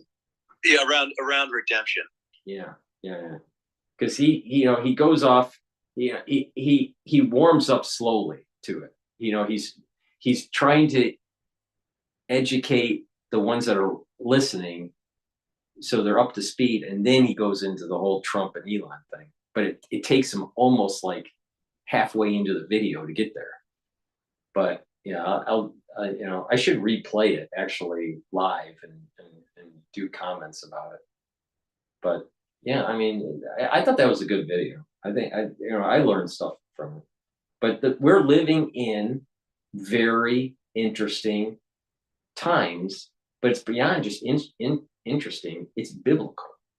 We're living through biblical phases in this, and I personally think we're all in Egypt, and we're getting ready. Maybe it's our children or our children's children generation, but mankind's getting ready for the mass exodus out of their slavery. And what we are doing today, and what Trump and Elon is doing today, is setting in motion for that to happen. Now, hopefully it happens in our lifetime. Maybe it doesn't. I don't know. But something big's happening, that's for sure. I mean, I'm looking back, at over 50 years of my life, and I've never seen anything like this. I've never experienced any feeling like this ever. This is something unique. There's something special about what's happening here. So. Yeah, can you hear me? Yeah, I can hear you. 100%. I keep going back. I'm seeing people close to me as well, just having some type of a little bit, and I think we're, and I think it's funny. One of the guys that I do follow, Armstrong, who has a model that on confidence model. He even has these spiritual cycles, right? That we're entering the age of Aquarius, from Pisces, and they're. And the other guy, I kind of look to. I always try to look at Netflix and who the people that are elevating. They go on Rogan and so forth. So you have people like Randall Carlson, and you have people Graham Hancock that are talking about even these 12,000. You're talking about the Younger Dryas. You're talking about when you're with Plato and Atlantis. There are even geophysical events that are happening, right? That are happening alongside this, and we may be entering some type of geophysical event as well. That right, and in the Talmud and in biblical texts, it said that the actual climate for Israel will be more conducive to growing crops. So the climate has to change in the Middle East. And maybe it's fast. Maybe we're starting to live through it right now. I find it odd that we're living through a cold spell in the second term of Trump's administration. But it's funny. Did Trump said that? It was actually he was in a conference in California, and someone was lecturing him on climate change, and said it's going to get colder. Yeah. So he knows something's coming. And the other guy that this Armstrong in his model as well is that everybody's talking about the pole shift. So they either happen slowly or they could happen quickly. It could be the pole shift or a combination of the pole shift and maybe even the cold and the heat circulation within the Atlantic Ocean. Right. The conveyor system. The conveyor system. Yeah. I think there's a lot of things at play. The solar cycles and so forth. It's obviously things I can't. It's kind of fun to hear. And what you find also is like Einstein was even interested in this in these shifts as well. And I think he was following a guy whose work Hapwood. So even like these big brains were very interested in these events, just for the reason I think the evolutionary thought that things happen on incremental level. Well, in fact, maybe we see these massive changes in these catastrophic events, and perhaps they happen more often than we think. So it's a challenge even to sort of this Darwinian theory of its play on our evolution. So, I mean, even geologists and archaeologists are saying that Egypt is a lot older than the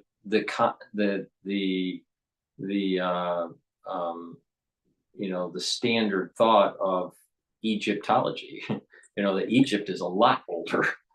And that's it's like you're saying. It's hard for me not to imagine now that all of a sudden we have LiDAR, and now we're finding all of these civilizations, all these different. Right, and the pyramids aren't just a bunch of stones just stacked up to bury a pharaoh. That's a machine. That's like an energy machine. How it works, I'm not really sure, but it just looks like a machine.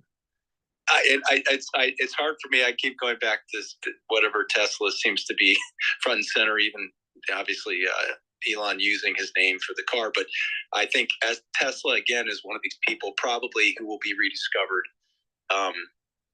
And so what's interesting is wasn't the one that was able to read some of the notes from Tesla was Trump's uncle. Trump's uncle, yes, who was so Trump's tied to Tesla. It's so this is so like out of this world. It's like sci-fi. Exactly. That's why it feels like sci-fi now. It's almost like there are multiple timelines, and we went through a timeline where Trump looks like 2016 disrupted a timeline that was supposed to play out, in which possibly we would have seen World War III. But we still had to go through 4 years of Biden because the people weren't awake quite yet to understand the true level of evil that have infiltrated most of our government institutions. We weren't ready yet for redemption. Right. All right. Well, we're gonna let that be for tonight, and we'll pick it up on the next transmission. But I appreciate the talk, Don. I like our conversations and getting and recording it and putting it out there for the historians. But I appreciate it. Thank you very much. You have a good night. Yeah. You too, Paul. All right. Bye-bye.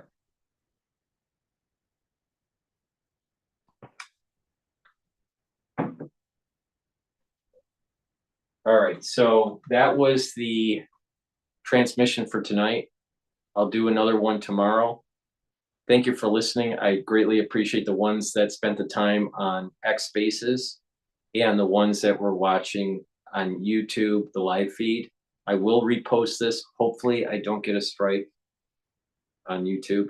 Hopefully. I just got off a strike just yesterday. But you just have a good night. See you tomorrow.